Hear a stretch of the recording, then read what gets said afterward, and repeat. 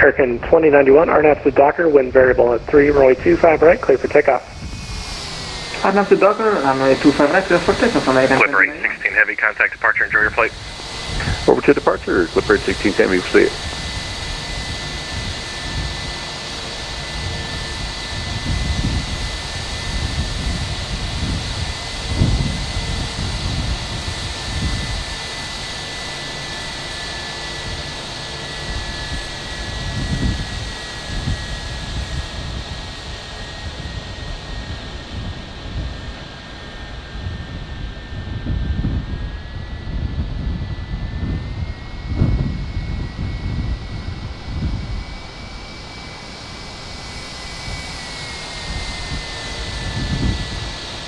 Pilot Club 711, LA Tower, runway 25 right, line up and wait. Line up and wait, 25 right, Pilot Club 711.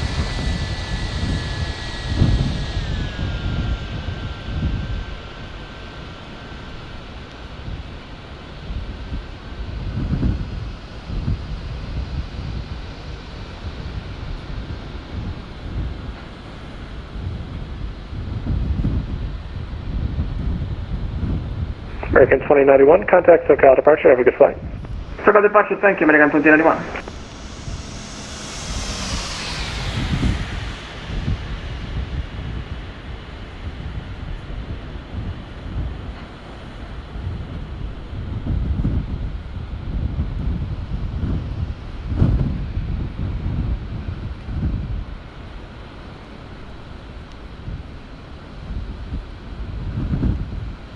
Alex Howell, good morning, Delta 1123, 24 left, we are ready.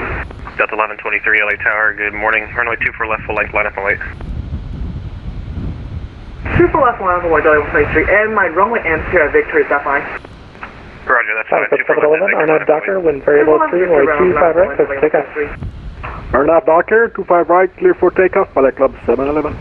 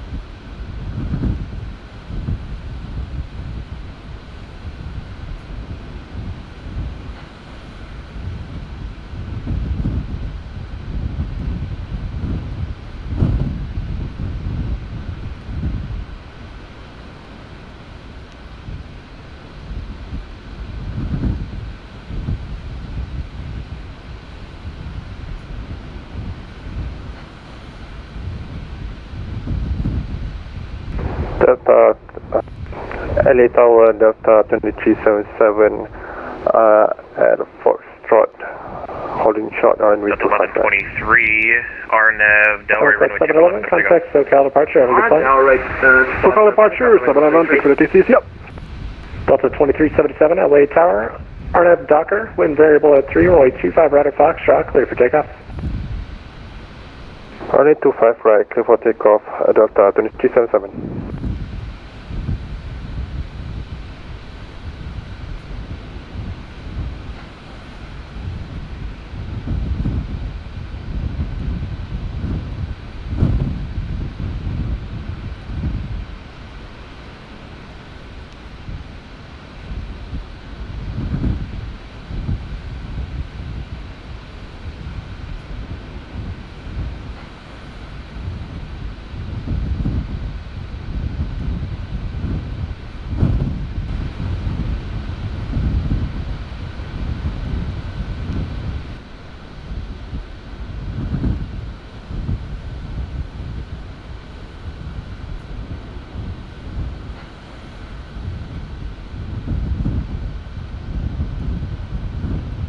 Delta 1123, contact departure, enjoy your flight.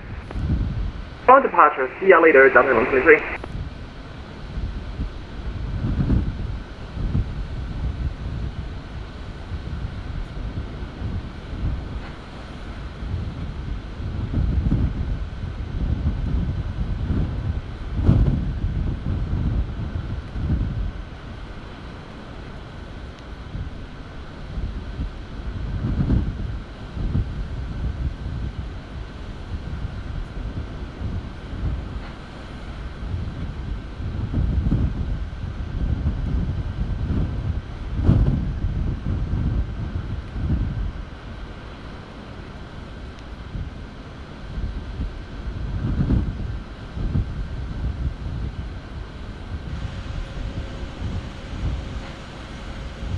LA Tower, Delta 2377 is airborne.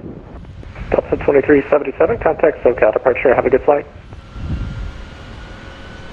Contact LA approach, Delta 2377, thank you. Delta 2377, SoCal departure is going to be on 124.3. 124.3, Delta 2377, thank you.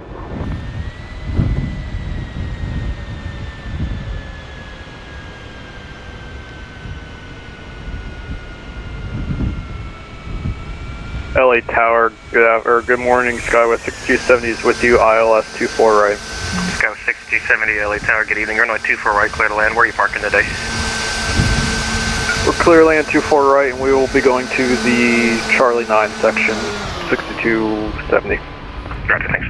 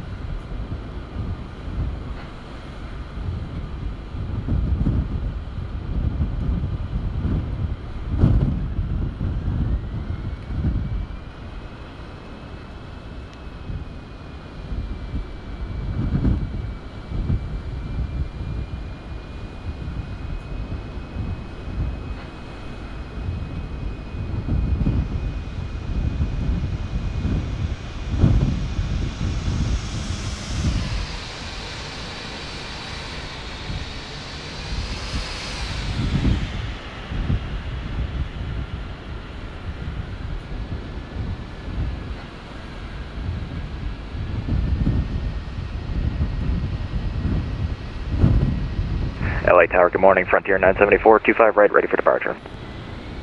Frontier Flight 974, LA Tower, good morning. Wind variable at 3, RNAV Docker, runway 25 right, clear for takeoff. 25 right, clear for takeoff, RNAV Docker, Frontier 974.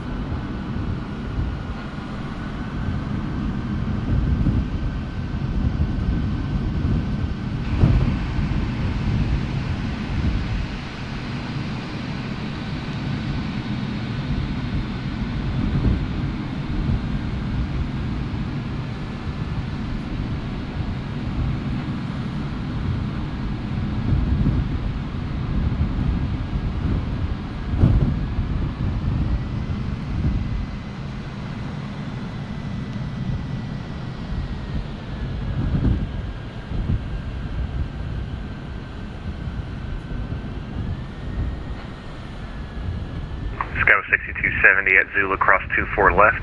Right Frontier on Flight Echo, 974, contact SoCal departure. Have a good flight. Cross 24 left at Zulu, right on Echo, contact ground, Skywest 6270.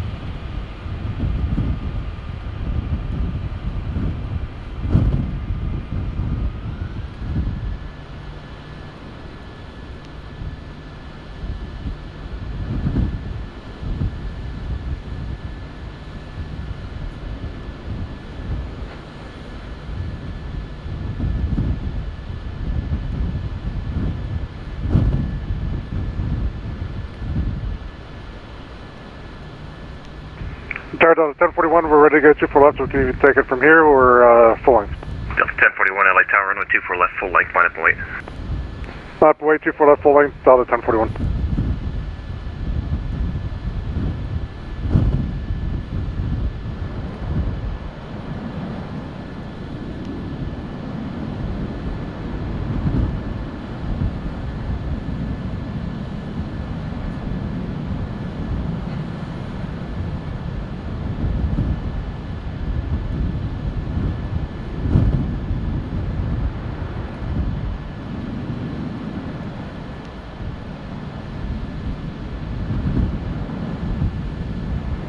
Delta 1041, RNAV Delray, runway 24 left, clear for takeoff.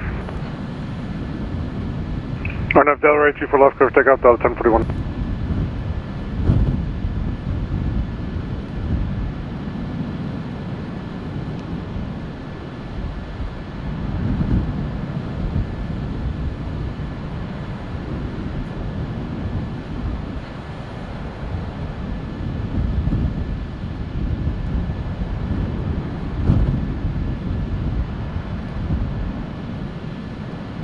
Delta 1048, LA Tower, you up?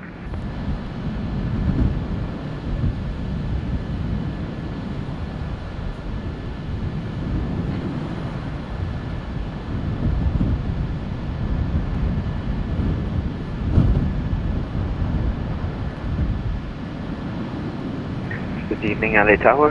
Charlie Sierra Delta, holding short, runway 25 left, at Foxtrot, ready to go. Charlie Sierra Alpha Hotel Delta LA Tower, runway 25 left, line up and wait. Line up and wait, runway 25 left, Charlie Sierra Alpha Delta. Delta 1041, contact departure, enjoy your flight. Departure Delta 1041, good day.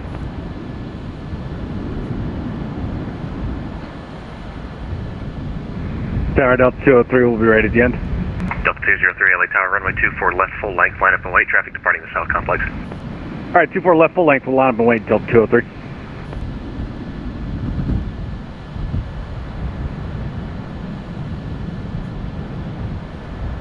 Charlie Sierra Alpha Hotel Delta, RNAV Hyper, wind variable at 3, runway 25 left, clear for takeoff. Roger, clear for takeoff, runway 25 left, Arnhem to Harper, Charlie Sierra Delta 2.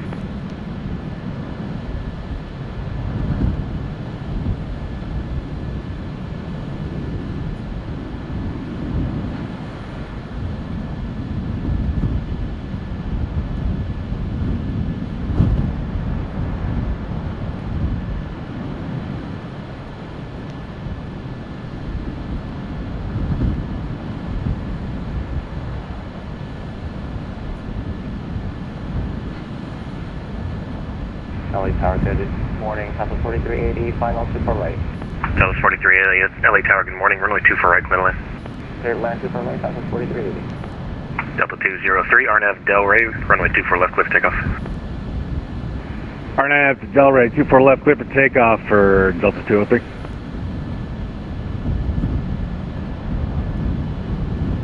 Charlie Sierra Alpha Hotel Delta, contact SoCal departure 124.3, have a good flight. SoCal approach, 135. Can you say again the frequency? Sorry about that, Charlie. 124.3. Roger, sorry about that. We're going over to departure 124.3. Have a great evening, day. Thank you, Charlie.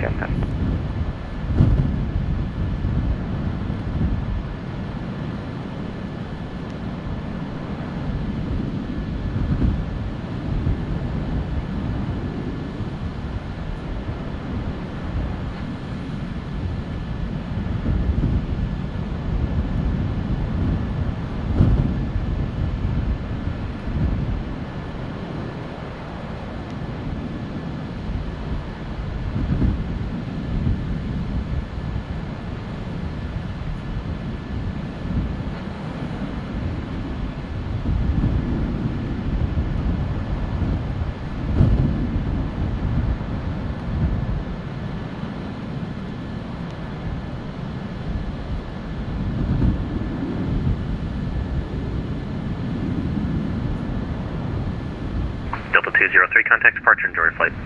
Alright, over to departure for Delta 203, we'll see.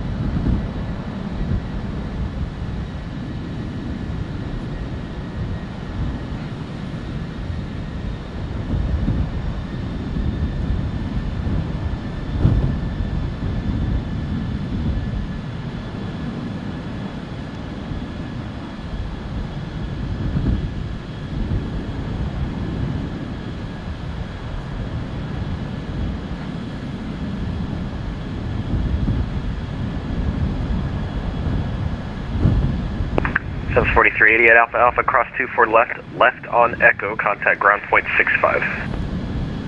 Cross the left side, get onto Echo, contact Delta 224 with you. Taxiway Bravo. Los Angeles Tower, American 2853 on Bravo. We're ready to go when you're ready. American 2853, LA Tower, runway 25 right at the full length, line up and wait. Runway 25 right, full length, line up and wait to American 2853.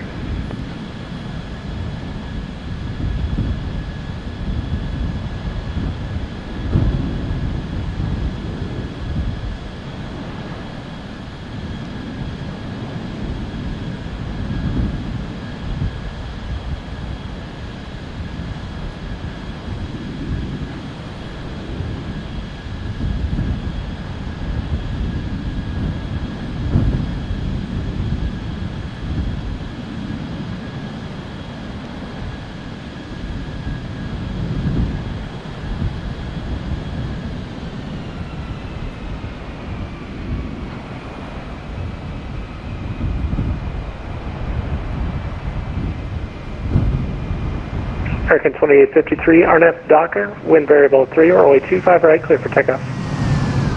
RNAV Docker, runway 25 right, clear for takeoff, American 2853.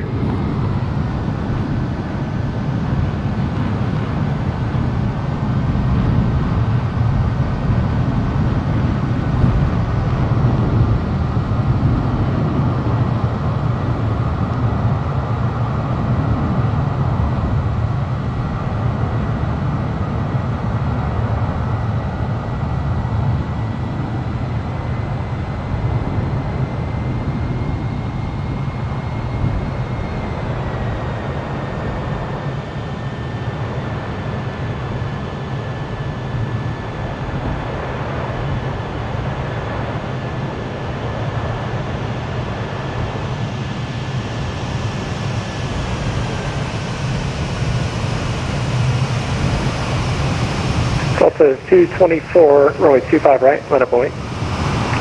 Wait, 25 right, Delta 224. LA Tower, JetBlue 24, hello. JetBlue 24, LA Tower, squawk normal. Squawk normal.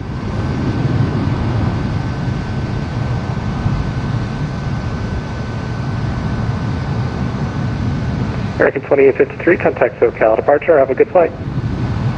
Over to departure, American 2853, thanks for the help. Delta 224, RNAV Docker, wind variable at 3, runway 25 right, clear for takeoff.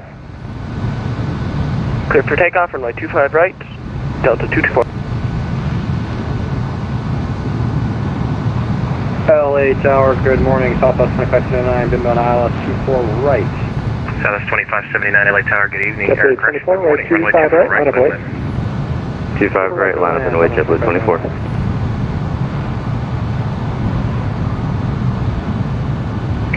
Tower, American 925, captured by Delta. American 935, LA Tower, runway 24 left, full length, line up and wait. Traffic is departing the South Complex. Roger, exactly 24 left, full length, American 935. American 935, runway 24 left, full length, line up and wait. LA Tower, UPS 49, holding short 25 left, ready for departure. UPS 49, heavy, LA Tower, roger, your number 2 for departure, following traffic off the parallel. Number 2, following the alternate departure, roger.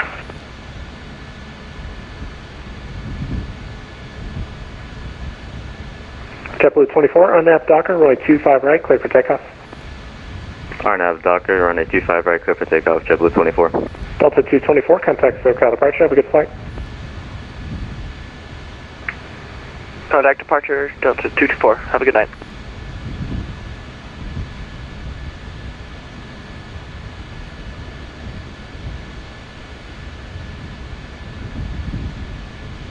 UPS 49 heavy, runway 25 left, line up and wait. Line up and wait, 25 left. UPS 49.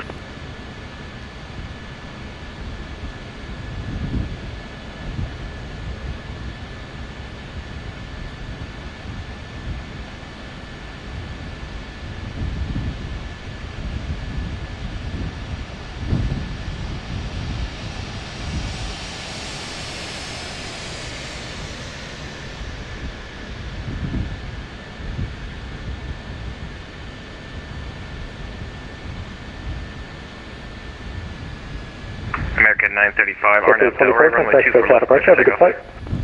SoCal departure, JetBlue 24, American 9. Hello, Derek. Clear to take off runway 24 left, American 935.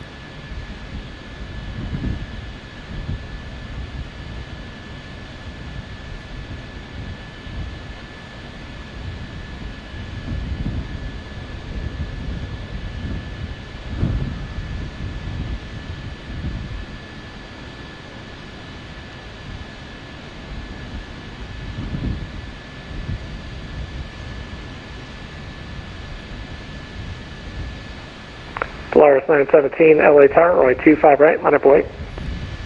Line up and wait, runway 25 right, Polaris 917. JetBlue 24, contact SoCal departure, have a good flight.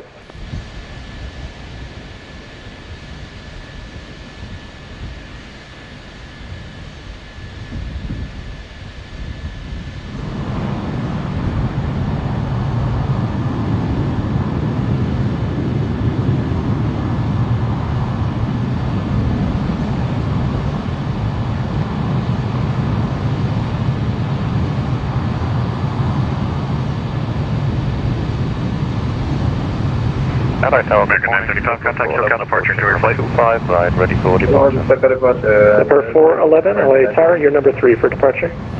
Number 3 for departure. UPS 49 Heavy, RNAV Hyper, runway 25 left, clear for takeoff. RNAV Hyper, clear for takeoff, 25 left. UPS 49, thank you, sir.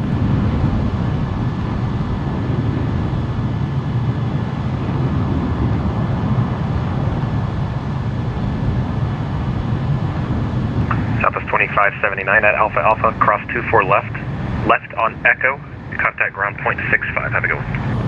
Cross 24 left at Alpha Alpha, left on Echo, off the ground, HATC, Southwest 2579.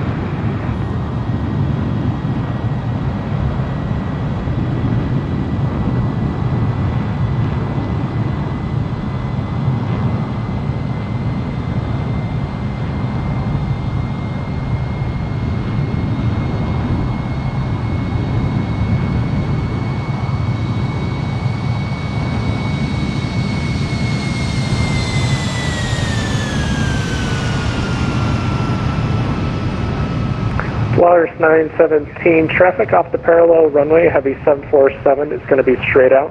Caution wake turbulence, RNAV Docker, wind variable at 3, runway 25 right, clear for takeoff.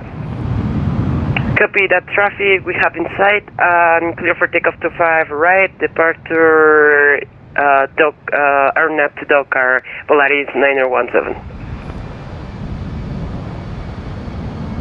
UPS 49 Heavy, contact SoCal departure. Thanks to the ATC, going to departure, UPS 49.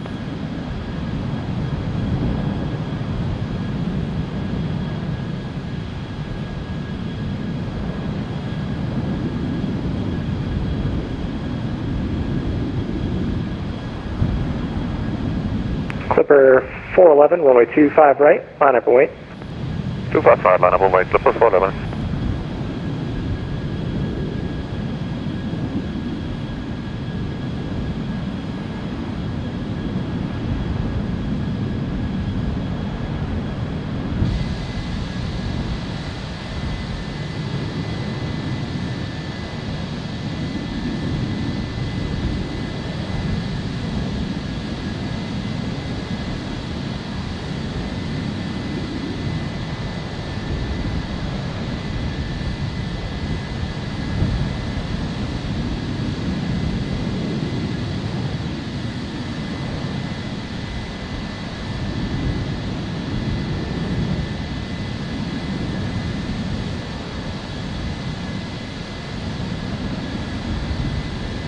Good afternoon, or correction, good morning. Eastern 907 Heavy, we're just coming up on runway 25 right. Polaris 917, contact SoCal departure, have a good flight. Departure SoCal, thanks so much, good day. Clipper 411, RNAV Docker, runway 25 right, clear for takeoff. Clear for takeoff, Clipper 411.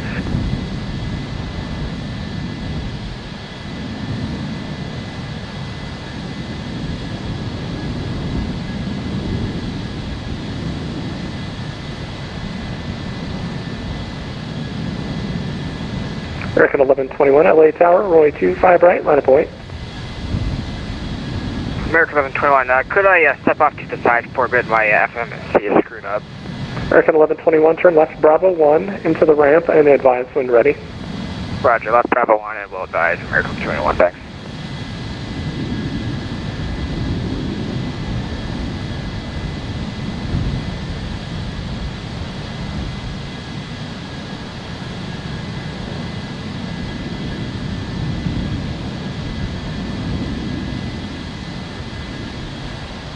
Los Tower, good morning, Eastern 907, coming up on runway 25 right.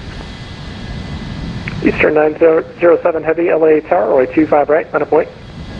Line up and wait, 25 right, Eastern 907 Heavy. Clipper 411, contact SoCal departure, have a good flight. Departure, bye-bye, good night, Clipper 411.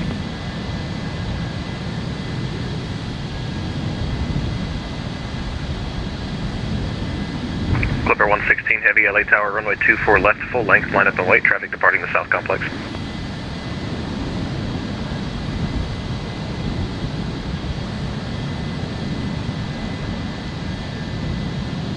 Eastern 907 Heavy, wind variable at 3, runway 25 right, clear for takeoff. Clear takeoff, 25 right, Eastern 907 Heavy. Clipper 116 Heavy, LA Tower, runway 24 left, full length, line up and wait, traffic departing the South Complex.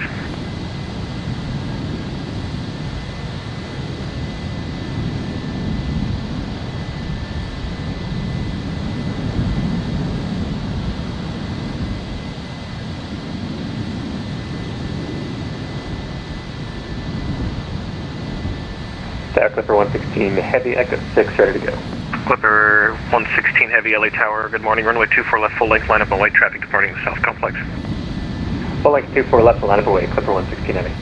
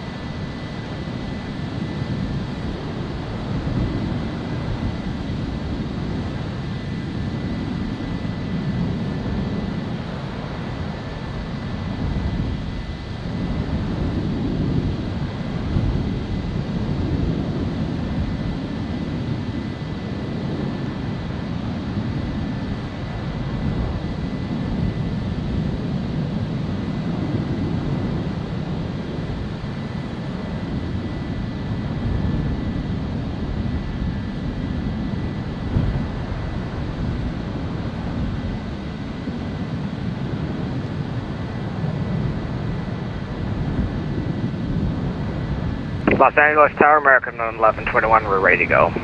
American 1121, runway 25 right, taxi Bravo 1. 25 right, Bravo 1, American 21. Eastern 907 Heavy, contact SoCal departure, have a good flight. Left, clear for takeoff. Tower departure, Eastern 907 Heavy, got 4 left, Clipper 116 Heavy.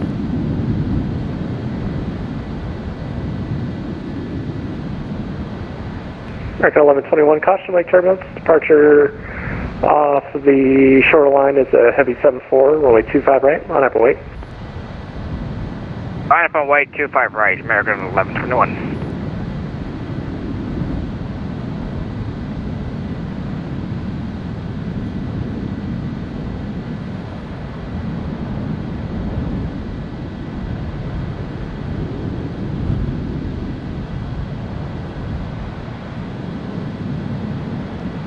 American 1121, RNF Docker, runway 25 right, clear for takeoff. Clear for takeoff, 25 right, RNF Docker, American 1121.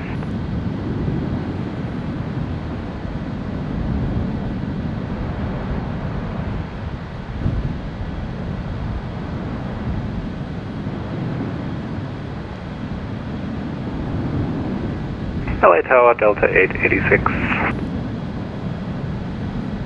Delta 886, LA Tower, you're number 2 for departure, runway 25 right, full length, line up and wait. Clipper 116 Heavy.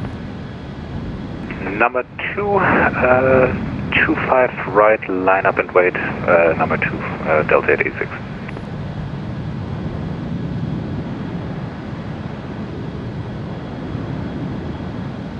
North Thunder Star low, JetBlue 492. Hey, we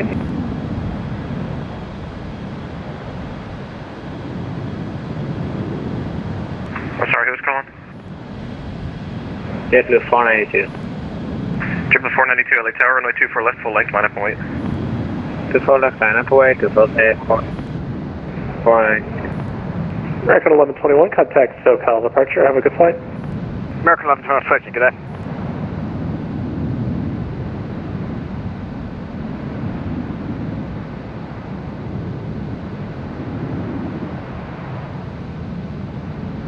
JetBlue 492, RNAV Delray, runway 24 left, clear for takeoff.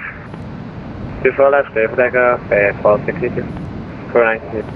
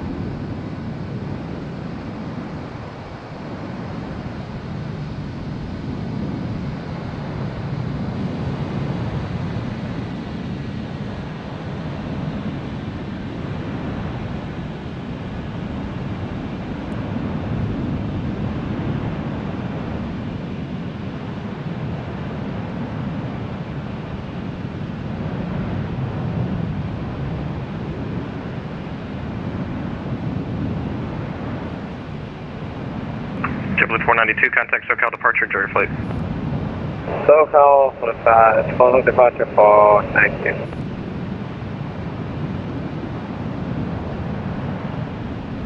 Delta 886, RNF Docker, runway 25 right, clear for takeoff. RNF Docker, clear for takeoff, 25 right, Delta 886.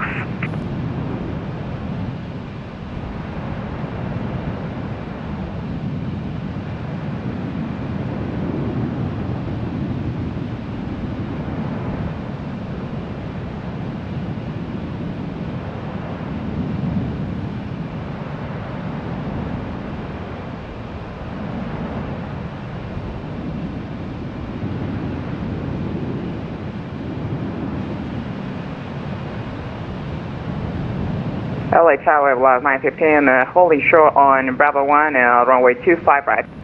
Volaris 915, LA Tower, runway 25 right, line up and wait. Line up and wait, Volaris 915, thank you.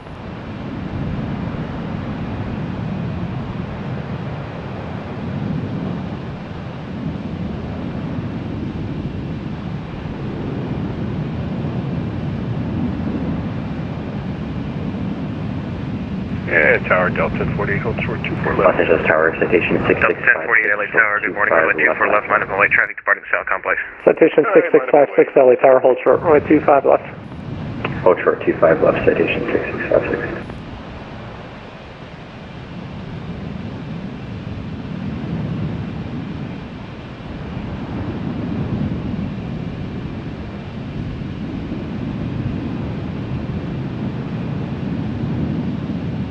Delta 886, contact SoCal departure.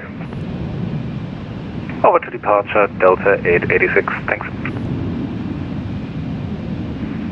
Send mine.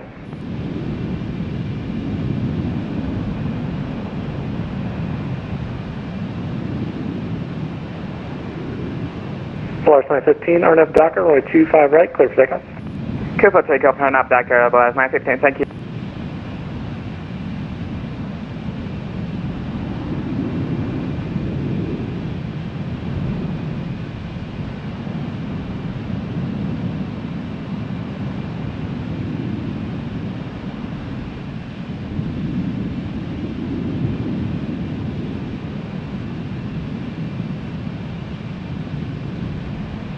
LA Tower, American 1423 on Bravo. American 1423, LA Tower, roger. You're going to be number 3 in sequence following traffic off the North Complex. Roger that, number 3 for departure, American 1426.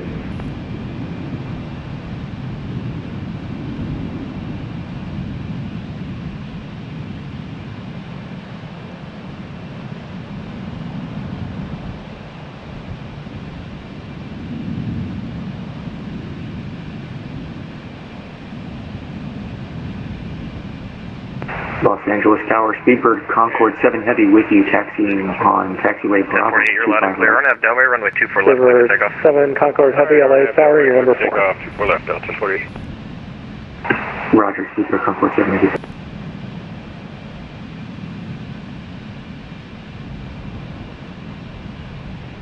Large 915, contact SoCal departure. Contact departure 124.3. Thank you, SLO, Large 915.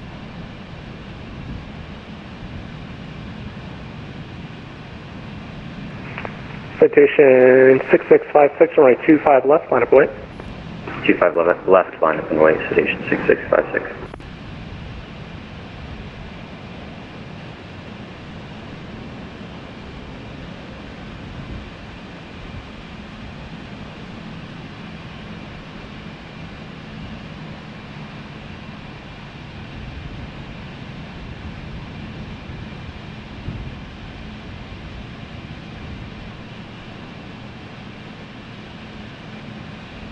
Delta 1048, contact SoCal departure, enjoy your flight. Over to departure, Delta 1048, good day. American 1423, runway 25 right, line up and wait, traffic off the parallel citation will be straight out. Line up and wait, runway 25 right, American 1426.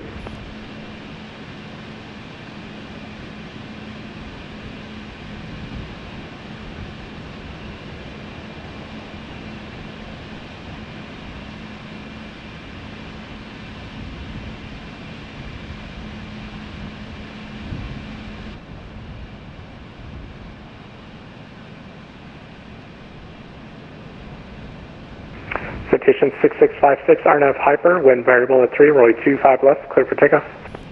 RNAV Hyper 25 left, clear for takeoff, citation 6656.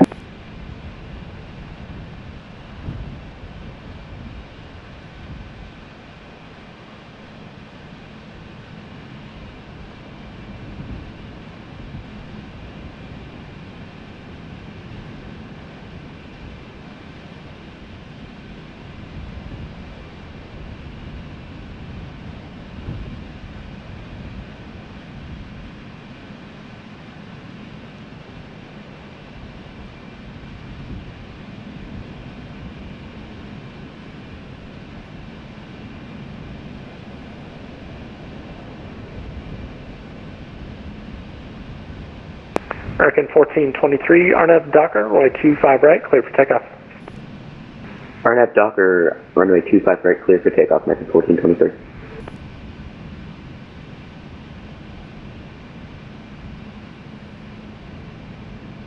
Citation 6656, contact SoCal departure 124.3. 124.3, citation 6656. Speedbird 7 Concorde Heavy, runway 25 right, line up and wait. Line up and wait, 25 right, Speedbird, Concorde 7 Heavy.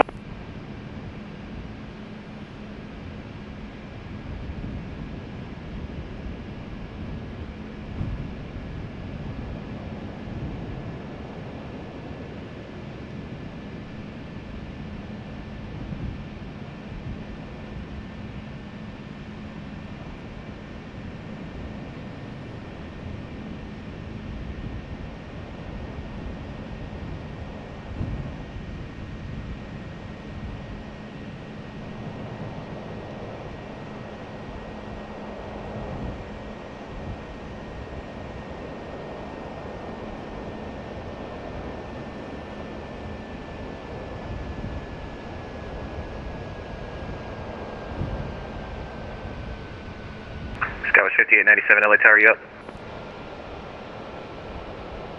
American 1423, contact SoCal departure, have a good flight.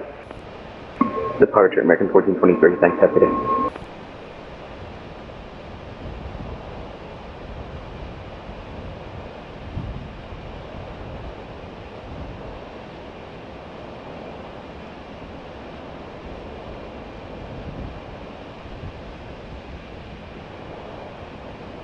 Seabird 7 Concord Heavy, RNAV Docker, wind variable at 3, right 25 right, clear for takeoff. RNAV Docker 25 right, clear for takeoff. Seabird Concord 7. 97 LA Tower, good evening. Runway 2, or good morning, runway 2 Air for right, clear to land. 1436 LA Tower, caution wave turbulence. If you could give me a base Starting report when traffic. you can. We broke out at about 2,000 and cleared to land runway 24 sky, 1597. Thanks.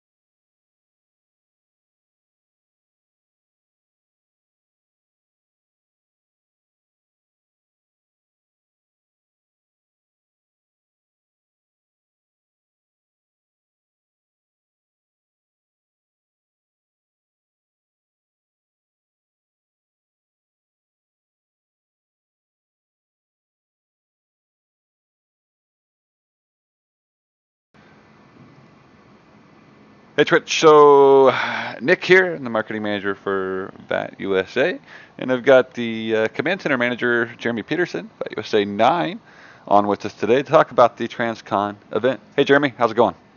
Hi, it's going all right. Right now it looks like we're I wouldn't say midway, but we're getting departures out of the West Coast, which looks good. And looking at I mean, just looking at the West Coast, it looks like they're departing well.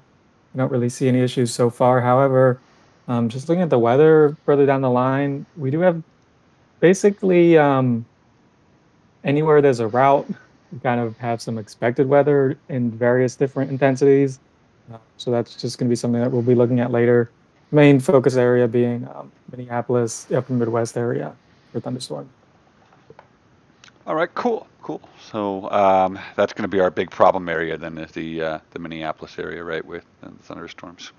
Yeah, and they also have their event tonight as well, right at the basically at the end point of Transcon. So it's just going to be basically a transition into national focus on them later tonight. But Excellent.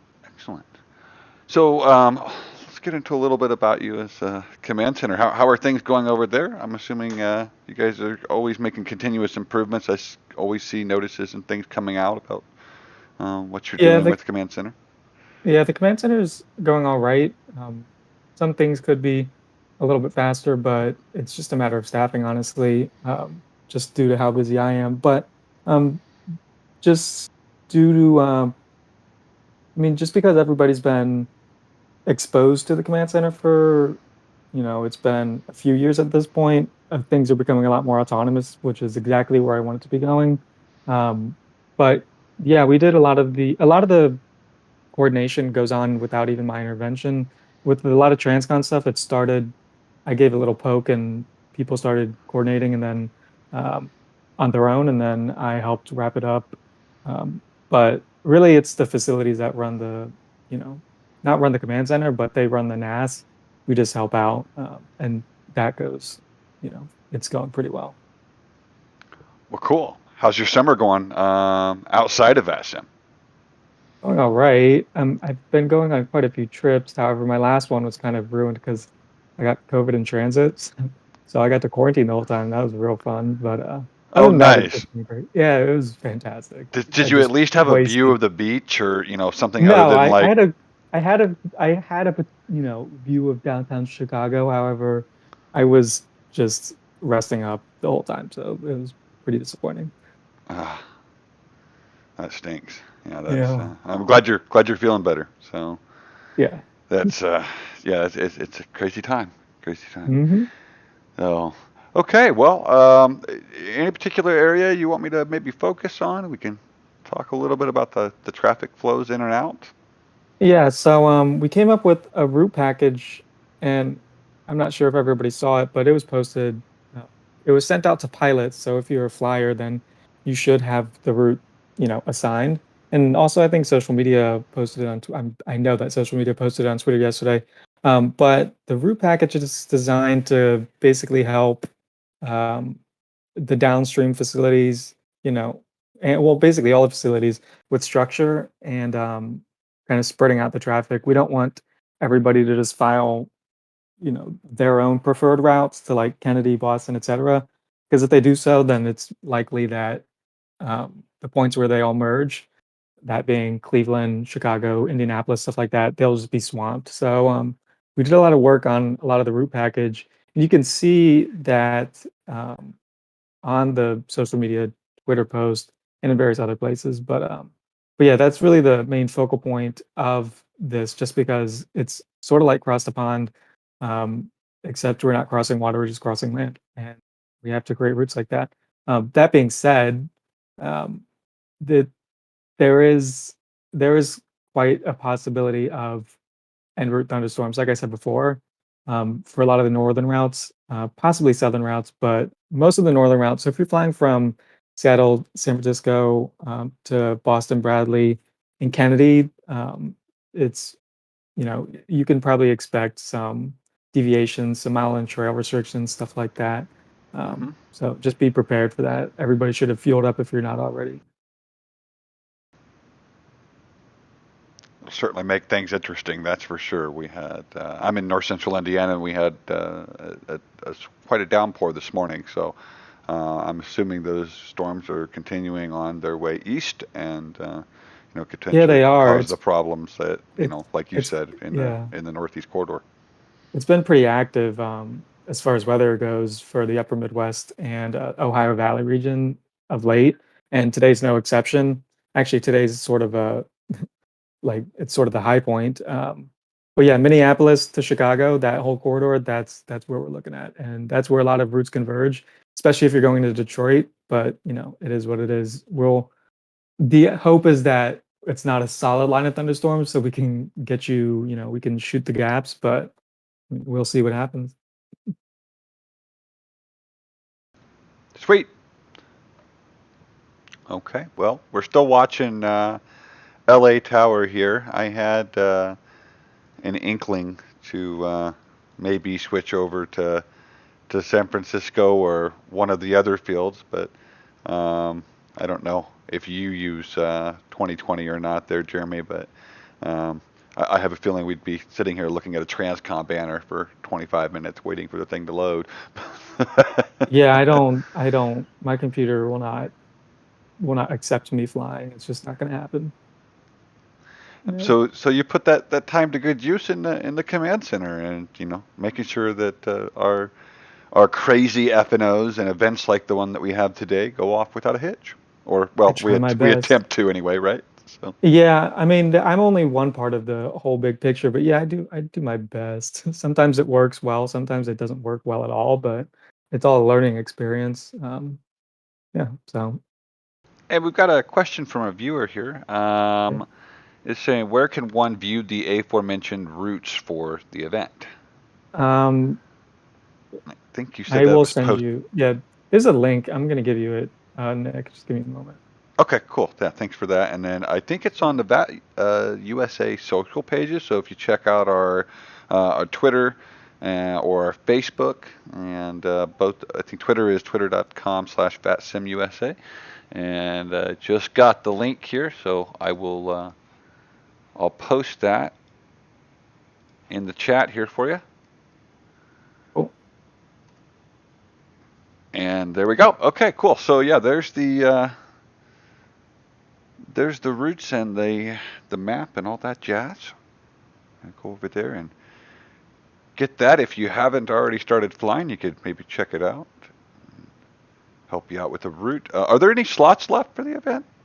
There are quite a few slots left. We made sure Brandon, Shane, and I I don't remember the numbers, but they're VatUSA numbers. But regardless, we made sure to like 4 and 15 or something like that. Yeah. Like that. Yeah.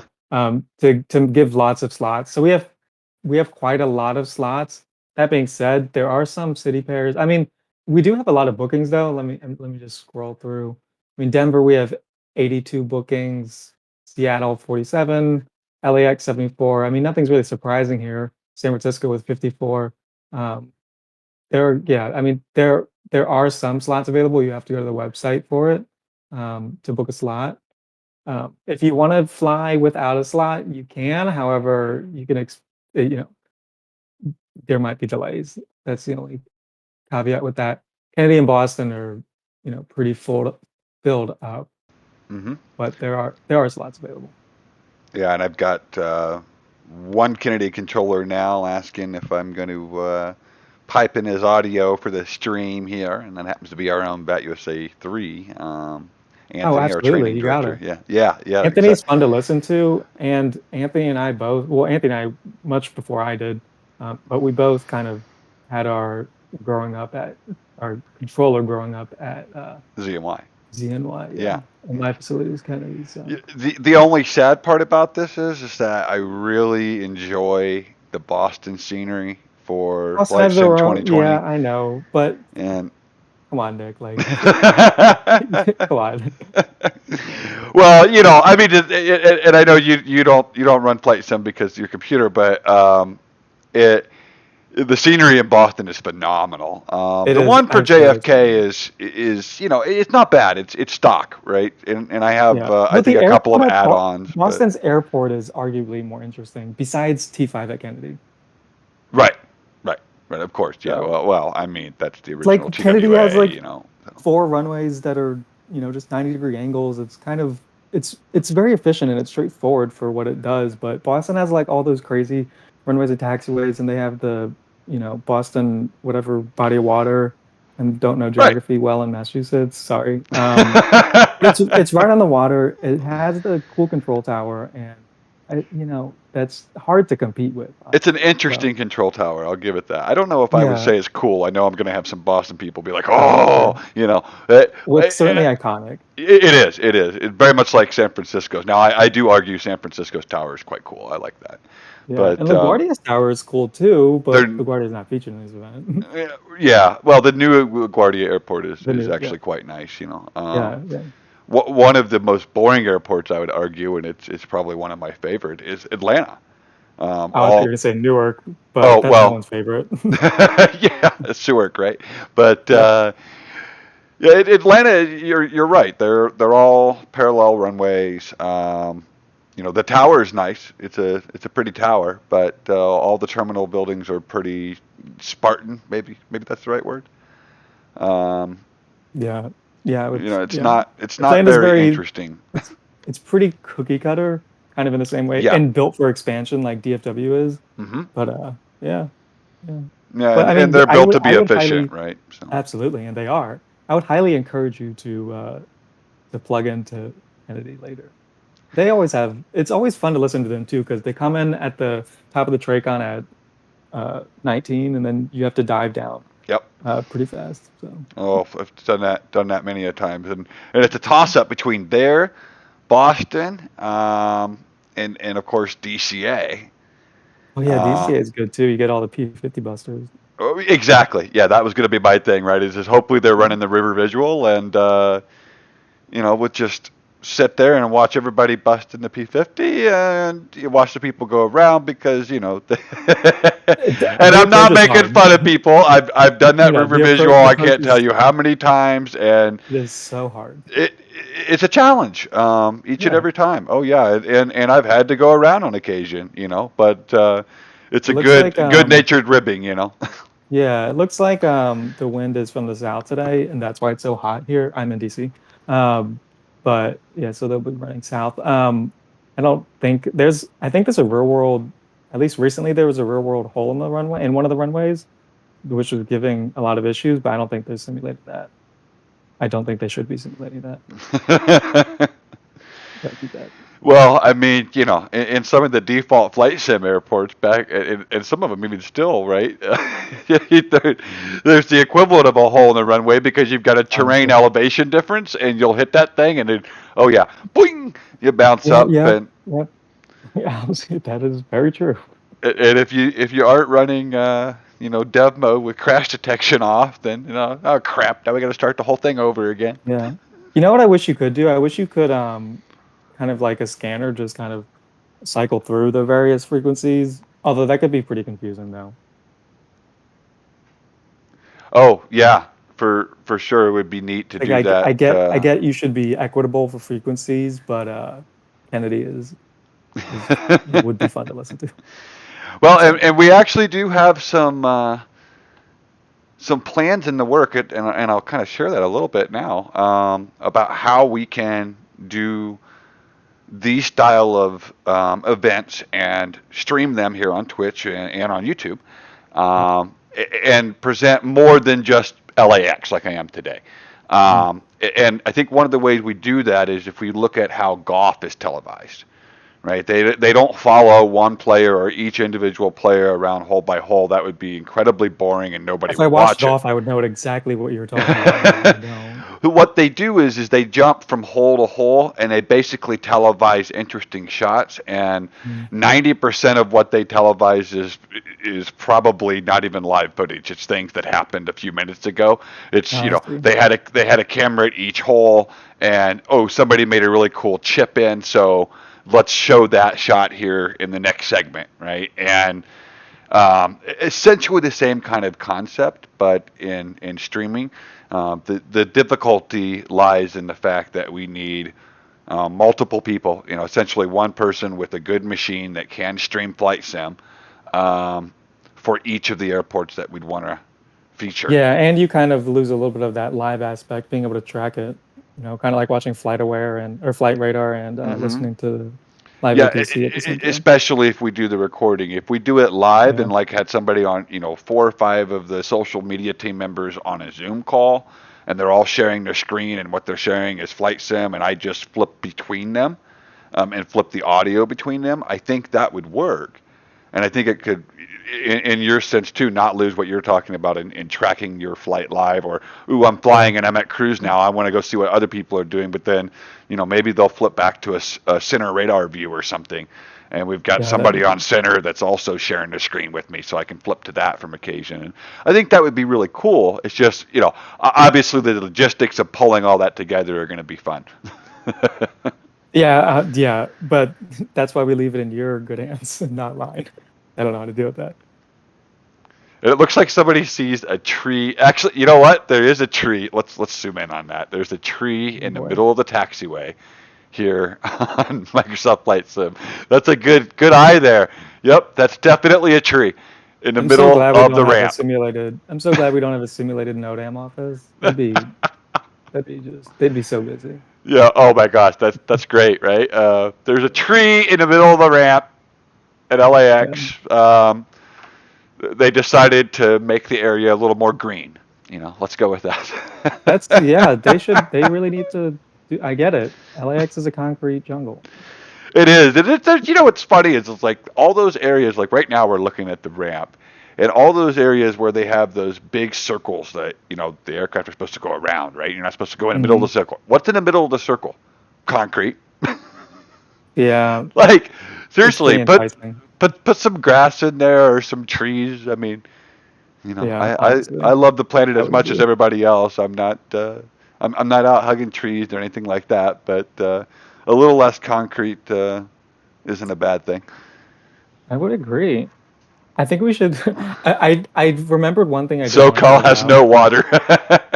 Yeah, no, there is no water. Okay, no, that's true, right? They put some bushes out there. They're gonna have to put some irrigation out there, and then somebody's gonna complain because they're used to cactuses. There you go. A big succulent. It'll work. I've seen it before. That's a good idea. Put the cactus out there. That way, everybody who's flying into LA gets used to it becoming a desert. Yeah, it'd probably get blown away too. I don't know. It's like subliminal messaging. But yeah. Oh, right, with the jet blast? Yeah, I don't know. Someone else can figure that out.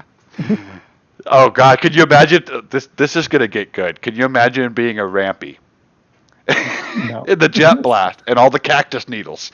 No, thank you. It gets pretty windy sometimes. No, right. That'd be bad. You'll be walking in days since accident, 0. Yeah, give me that workers' comp. Jeez. One thing I wanted to mention is because this is Transcon, I mean, we are going between, everybody's going to be flying between one of 2 airports. Well, they're going to be flying between 2 airports, but you're also going to be flying over much of the continental United States. So, obviously we're focusing heavily on the arrival and departure fields, but it's very important that we're paying attention to the fact that we're flying over lots of facilities. Actually, we're flying over more facilities than we're actually landing in. So, and they're going to be doing just as much work as your arrival controllers and your departure controllers. And and if we're looking at SimAware now, Denver came on not too long ago. Minneapolis right after them.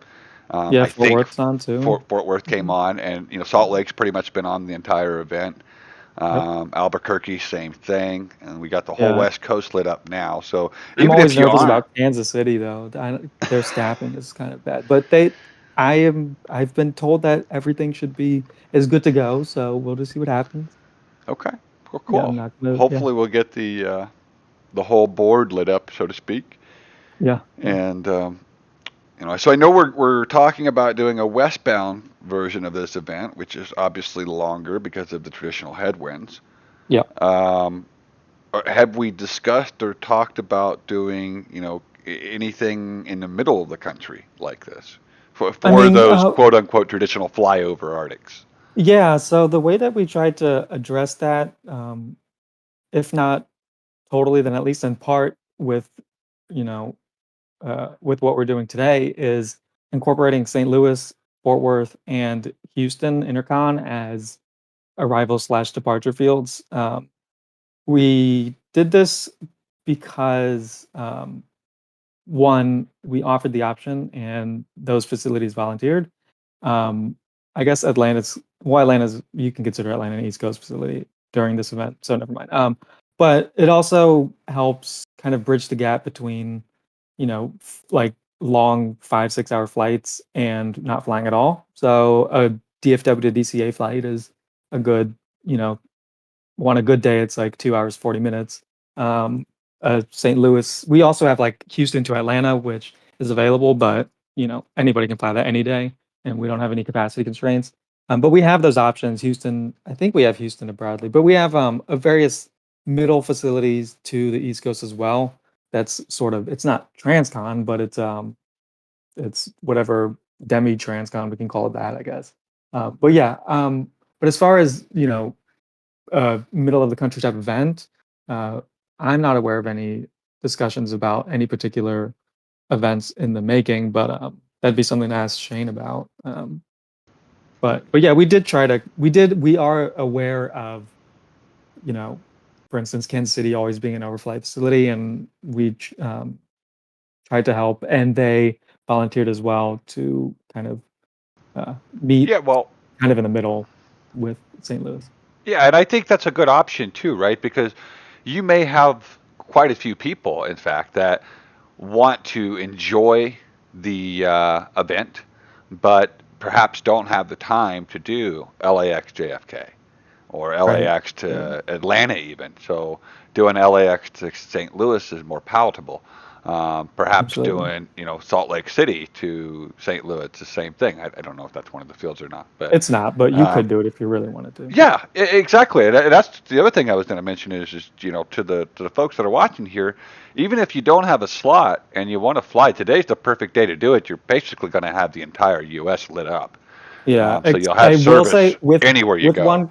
With one caveat, tonight during the MSP event, I know a lot of people are going to fly out of O'Hare.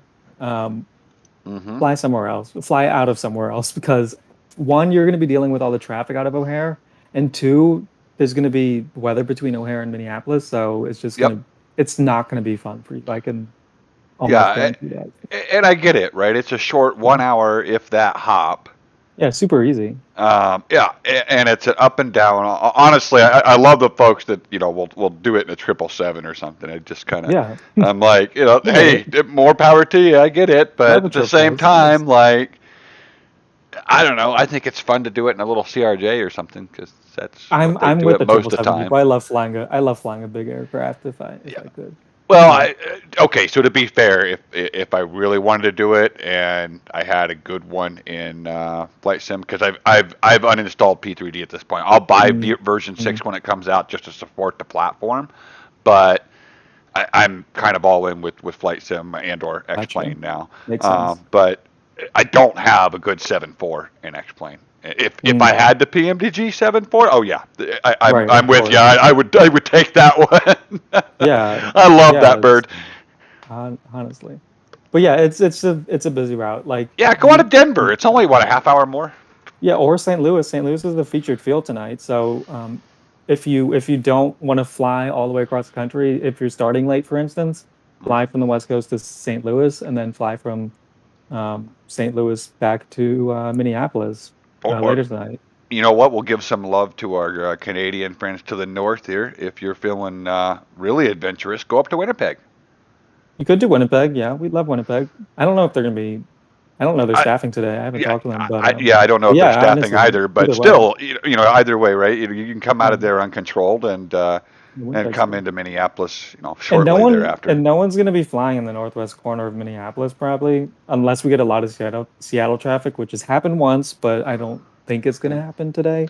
So yeah, I mean, fly where be smart about where you want to fly. Look at where people are flying from already, and kind of avoid where people already are if you want to cut the line. If you want to sit on the line for like an hour, 20, at least 30 minutes, then by all means fly O'Hare to Minneapolis. But know what you're getting yourself into and fuel up for it.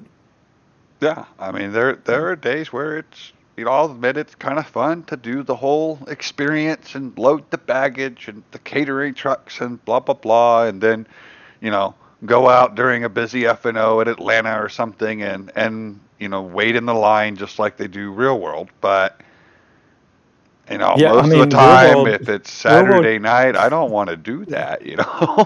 Railroad O'Hare just went into a stop, and they have total 2,400 minutes of delays currently because of thunderstorms and stuff. And as on top of that, Canada's having staffing issues, so everything that usually goes over southern Toronto is being pushed into Cleveland Center in the real world. So like that's just it's super fun for them. I So we've got a question. What time does the event end? What time is it actually over? Is it over at 7 o'clock Eastern? I think we put slot times ending at 2330, which is 7:30 Eastern. Yeah, that's the idea, is that you're on the ground. The idea is that everybody's finished with their flight by midnight Zulu. It's just so we can. There is overlap with the Minneapolis event, but we don't want to cover the Minneapolis event, so that's why we ended at that time. Okay. Well, there you go, 808 High Playa. There's the answer to your question. And thanks for the question. Last slot ends at arrival 2330. The idea is you'll be done by 0Z. It looks like the event. I'm just looking at Simaware again. I've kind of got it up in the corner of our stream, and it looks like we've got a nice line of traffic coming out of LA. A little bit of it going through Albuquerque right now, and then looks like the north arc out of the Oakland airspace. Yeah, I'm showing 133. I made a filter on VATSPY for all the fields, and I'm showing 133 matching flights. I'm not sure if that's exactly correct, but it's probably close. So that's pretty good. I think we have something like 200, more than 200, less than 250, I think, slots that were reserved. So that's pretty good. It's going to be spread out, so it's going to look a little bit.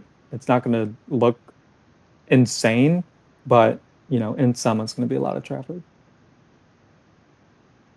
So, just out of curiosity, what would this look like? And I'm just posing a hypothetical here. What would this look like if we were to implement this kind of slot system for an F&O? Would we see a similar result to what we had here on a Saturday afternoon, or? That's a good question, and we've thought about it before. The Saturday afternoons are particularly interesting because historically, Saturday afternoons are when most people fly around the world on VATSIM. We get a lot of, I mean, it's convenient for US people and it's very convenient for Europe as well.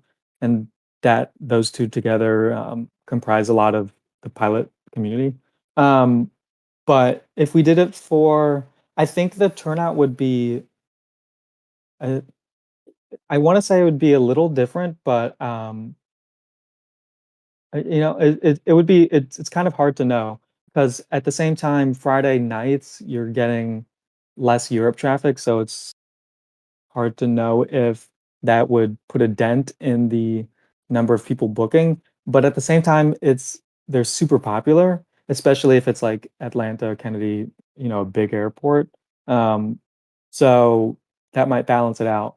I would expect at least 20% booking, with the rest being, pop-ups to normal traffic. But I don't know. It could be, honestly, it could be much more than that. It could be much less than that. But with low to medium confidence, I would say probably about the same turnout as far as bookings to slots ratio. That's my answer. Awesome.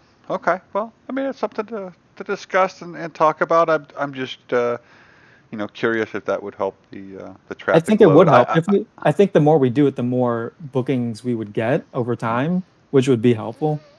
If we had an F&O with, that's completely slotted with room for pop-ups and stuff, that would be ideal because you know, that's the VATSIM analog of a ground delay program, and that's basically what we need for busy F&Os, just due to Well, and I how think crazy they get. it goes back to something that I've said quite frequently throughout the years, which is I wish that in the U.S. we did it more like some of the Europe controllers do, and that they schedule their sessions. By slotting it, pilots know exactly what facilities are going to be online. I won't take a risk and come out of some facility in the middle of nowhere if I can't be guaranteed that I'm going to have service. So, but if I go to O'Hare tonight, for example, for the Minneapolis event, I'm almost guaranteed that I'm going to have service for that event. So that's why I go to O'Hare.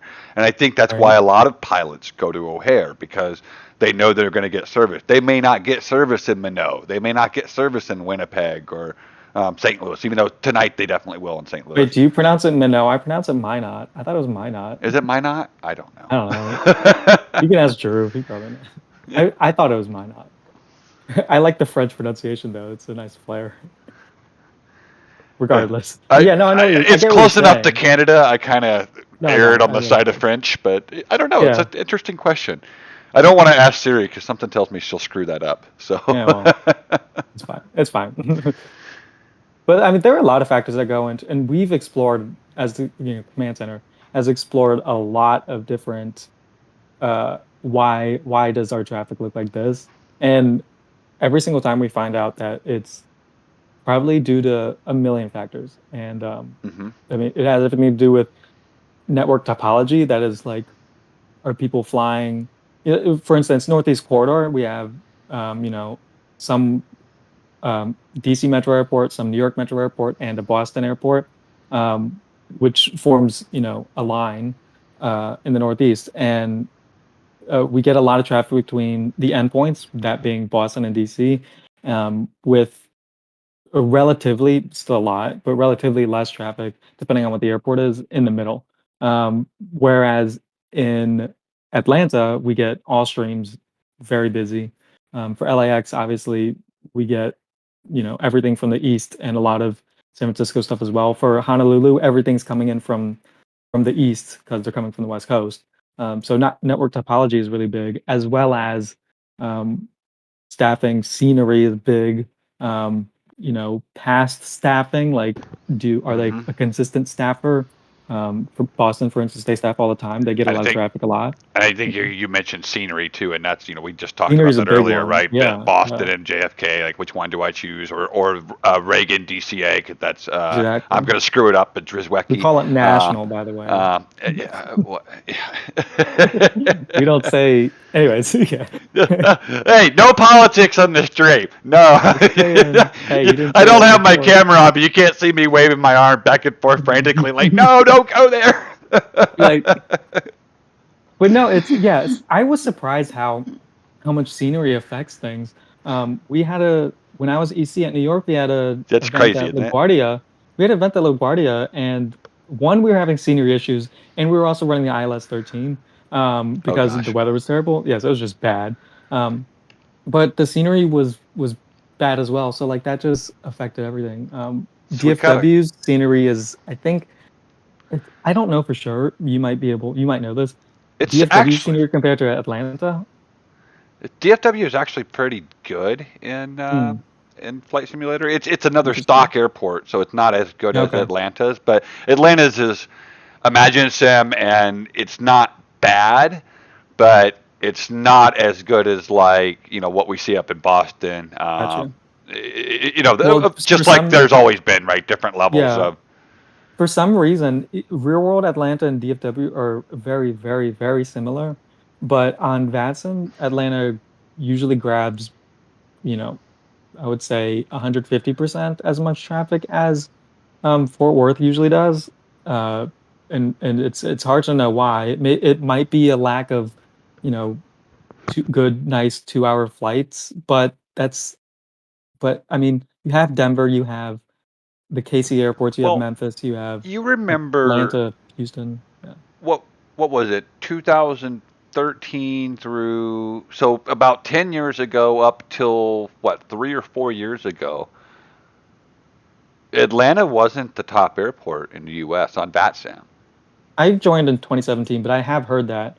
Yeah, JFK was number one for years, and Yeah. then it was JFK LA, JFK LA. They would fight for Now it. it's Atlanta, Boston. And now it's Atlanta. And then Boston came in too. To be fair, Boston had its share. And I think one of the reasons why Boston gets so busy, besides the fact that it's on the East Coast and all that, is 100% to their consistency, their staffing, and the community they've built there. I agree. It's Boston. I mean, they're good folks up there, and they really know how to do their staffing. Yeah, it's they really they're kind of the poster child, I would say, for how to promote your architect. Granted, they have plenty of staffing, which some architects just don't have. So it's some might say it's a little unfair, but they've done a lot of work to promote their image, and it's really paid off. So I don't want to put the question off anymore. I do want to keep on to that topic, but I don't want to. We got another question from a viewer, and it's any event planned for a West Coast to Hawaii. So kind of similar to the question that I asked, but that's a great question. I like it. Jeremy, what do you think? Well, there's usually an annual. F&O, usually, right? usually Hawaii books the Christmas F&O. Or the one, it's not, during Christmas week, it's usually the week before or something like that. But so usually that's the time where we're, honestly, there's not really much we could do. It's just, they're going to depart from the West Coast. You're going to, I'm telling my facilities, you need to do your best to give reasonable MIT, because Honolulu, while having 4 runways, it's, if you're inundating them with, large scale traffic from Seattle, Oakland, and LA, it's just going to be difficult. But they depart at a certain time. We wait 6 hours, then Honolulu gets slammed, and that's just how it always is. It's hard to. There's not really much we can do in between, but that's usually we have no that USA plans for it other than the normally scheduled F&O pending their signing up for it. So yeah, there's your answer, 808. Basically, it's the standard F&O that we would do for Honolulu. And of course, there would need to be a couple other facilities involved just to help spread out the traffic.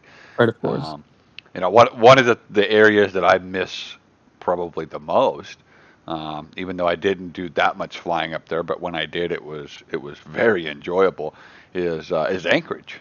Anchorage is an interesting place because they're like 6 hours away from a lot of cities. Unless you've got cooperation from the Canadians, like with Yellowknife and some of the other stuff. Right. But I mean, regardless, like if you know there's an F&O in Anchorage and you're flying from London, get on. You don't have to get on 10 hours before. You only have to get on. It's not that it's because of the polar routes. I think you can get there pretty quickly.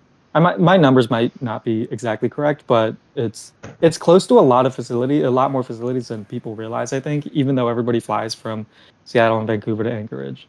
But Anchorage is a good facility. It's tough because they only have 3 runways and they kind of intersect. Yeah. But it's a really cool facility, and there's plenty of rearward cargo stuff that goes there too. So the possibilities are pretty much endless. So let me throw one out of left field then. All right. What would you think about an F&O with Honolulu, Wake, and Midway? We old school Pan Am stuff, I don't think we own Wake, but I don't think we. Yeah. But no, we do. We do. Isn't that in PCF? I don't know their staffing though. That would be the only problem. That would be interesting. I think we would have to. I think we would. I think it would be time to break out the Connie. Yeah, I mean that would be really cool. I think it would behoove us though if we move the time though to better favor the Asian facilities, just because there's a lot of potential out there, and if we're doing it at a time when either they're asleep or they're at work, then it's kind of pointless. But yeah, there would be a lot of That's a good one coordination. for a late, like a late nights at Bat USA or something. Yeah, it'd have to be like pretty raunchy for the East Coasters, but Yeah. yeah. But I Well, mean, even the West it'd be Coasters, good. if you're going to I start know, it honestly, late. it would be. Yeah, it would be pretty late for them too, just because it's so far away. But I think it would be. That's an interesting idea. I wouldn't go around advertising it yet. There's a lot of thinking that needs to go into it. But that would be an interesting idea to play with. I think it might encourage a little more old school flying, or hey, if the guy wants to try to take a 7-3, go ahead. Yeah. You can make that flight from Honolulu to Wake or Midway. Heck, Aloha used to run that flight from Honolulu to Wake or Yeah, and then Midway from in yeah, a and 737-200. yeah, Midway it not to was, or mention Midway. you get all the Pacific Rim airports that are in the vicinity. But we do allow or I guess delegate. I don't know. We give one of our F&O slots away to an international facility, and that pack usually takes it, I believe. So I mean, I believe there's room for others like that are Yeah, the Pacific is just a really interesting area because outside of the islands where you take off and land is kind of boring. But then again, and we don't really have a lot of we don't have a lot of TMU trading out there or coordination with those facilities. So that would be something that we'd have to really which I would be completely okay with starting coordination out there, but there'd be a whole lot of new stuff which would be exciting, I would say. Interesting. Okay, so it looks like we may be having an additional person in for commentary, so we'll checking that out. And, what do you say we take just a break from the commentary for a few minutes and go back and listen to LA Tower here for just a few more minutes? Sure thing. You're done with me, Nick? No, you can stick around. We're just going to switch back to LA Tower and take a break for a minute, and we'll let the folks listen in on the LA Tower, and we'll be back in just a minute. All right.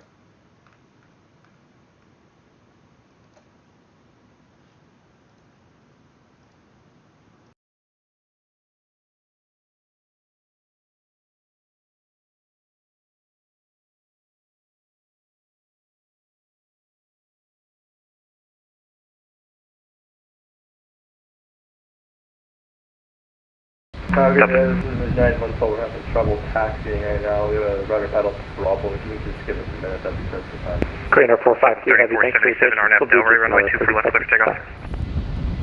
RNAV Delray, 2 for takeoff, 2 for left, Southwest 3477. Who was on having issues taxiing? United 112, we're having trouble with our rudder pedals right now. You can just give us like a minute to collaborate and that'd be perfect. United 112, hold short of taxiway Echo, let me know when you're ready. Roger that, hold short of Echo as well, let you know when we're ready.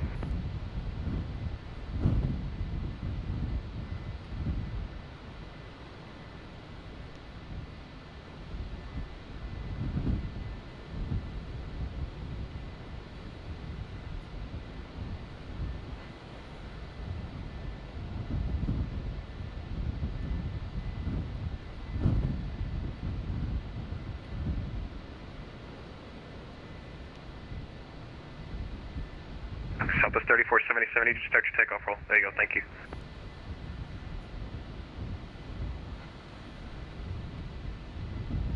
Delta 515 LA Tower, runway 24 left, full length, line up and wait.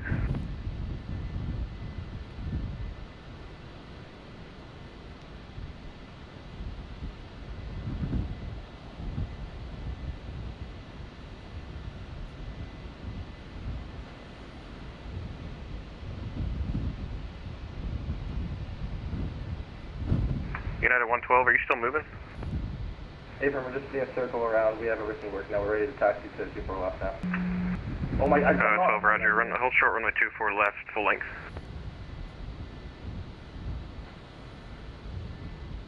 Craner 452 Heavy, RNAV Hyper, wind 1405, runway 25 left, clear for takeoff. RNAV Hyper 25 left, clear for takeoff, Korean Air 452 Heavy, thank you. American 2110, LA Tower, runway 25 right, line of await, caution wake turbulence, traffic off the parallel on departure rules, Heavy 747.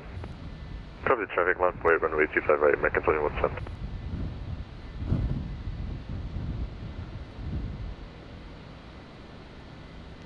American 2110, that heavy traffic is going to be straight out, no conflict for your route of flight. Departure. Roger, American 2110. See you. Delta 515, LA Tower, runway 24 left, line up and wait.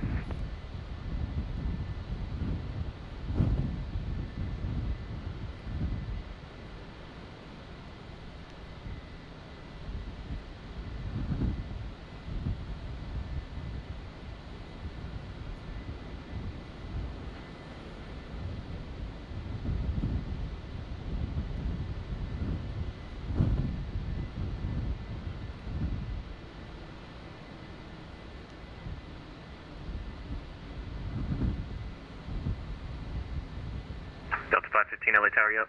Korean 452 Heavy, contact SoCal departure, have a good flight. SoCal departure, Korean Air 452 Heavy, bye-bye.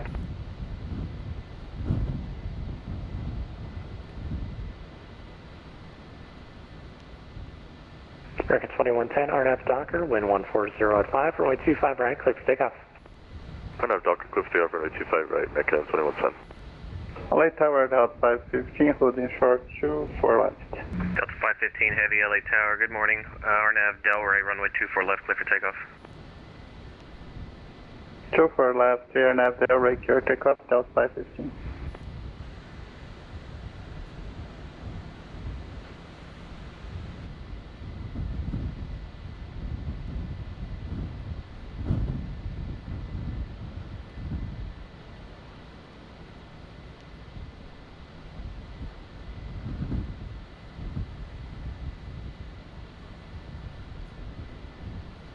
Delta 548, LA Tower, runway 25 right, line up and wait.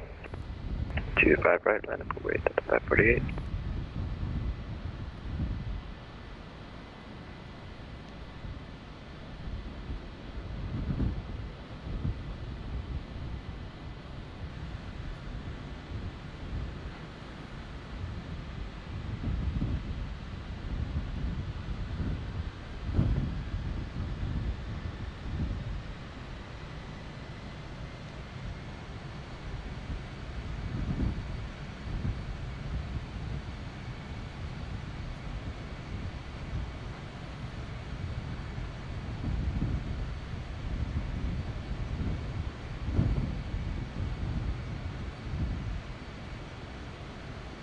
American 2110, contact SoCal Yeah, departure. 112 Heavy, runway 24 left, line up and wait, 2-minute delay for wake turbulence separation. Line up and wait for 24 left, 3912.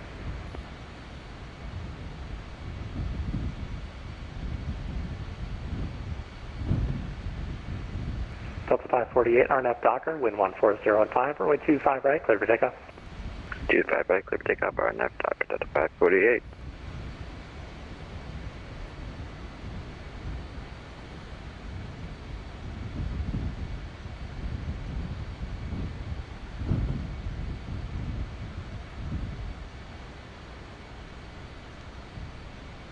Delta 515 Heavy, contact SoCal departure, enjoy your flight.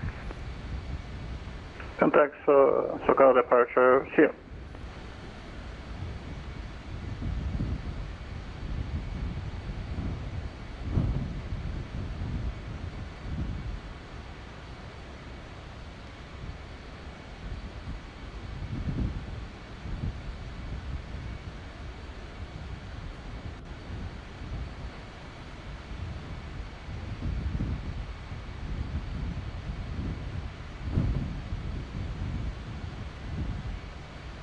At 86, LA Tower, runway 25 right, left wait.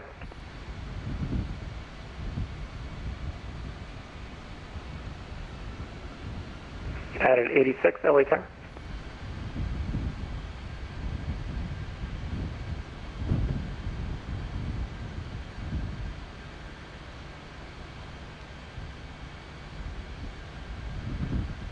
Delta 548, Yeah, 112 Heavy, RNAV Delray, runway 24 left, Over clear to for takeoff. SoCal, Delta 548, enjoy your day. You too.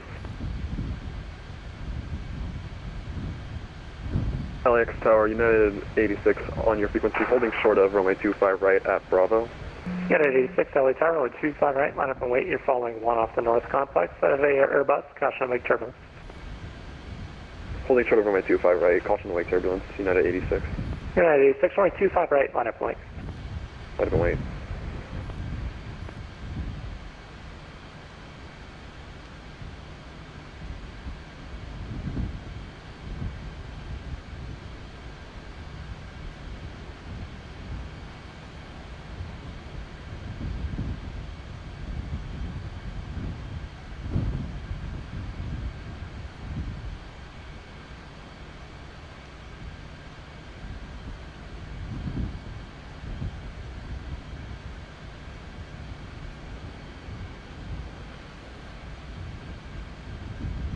United 86, RNAV Docker, wind 140 at 5, runway 25 right, clear for takeoff. Clear for takeoff 25 right, United 86. Via Docker. Wait, via Docker you said? United 86, yep, should be the first waypoint off the departure end. Yeah, first. I can see it now.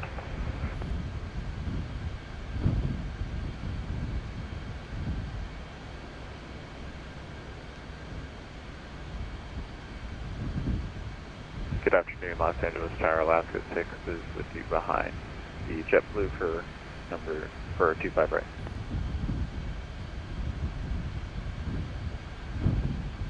Alaska 6, LA Tower, good morning. LA Tower, good morning. JetBlue 132 moving down Bravo for 25 right.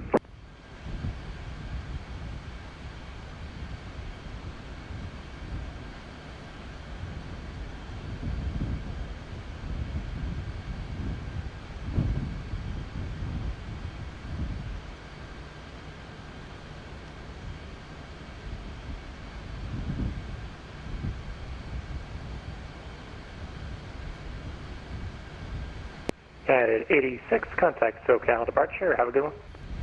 Afternoon, SoCal departure, United 86. Amazing. JetBlue 132, LA Tower, runway 25 right, line up and wait.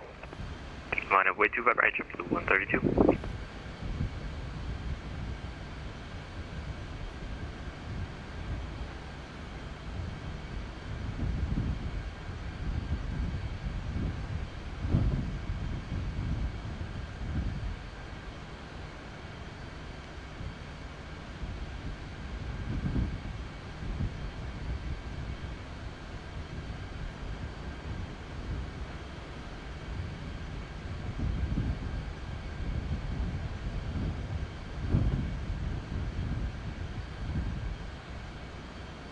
JetBlue 132, RNAV Docker, wind 140 at 5, runway 25 right, clear for takeoff. RNF Docker 25 right, clear for takeoff. JetBlue 420 LA Tower, runway 24 left, full length, line up and wait. Be about a minute delay for traffic departing the south complex. Line up and wait, Delta 420.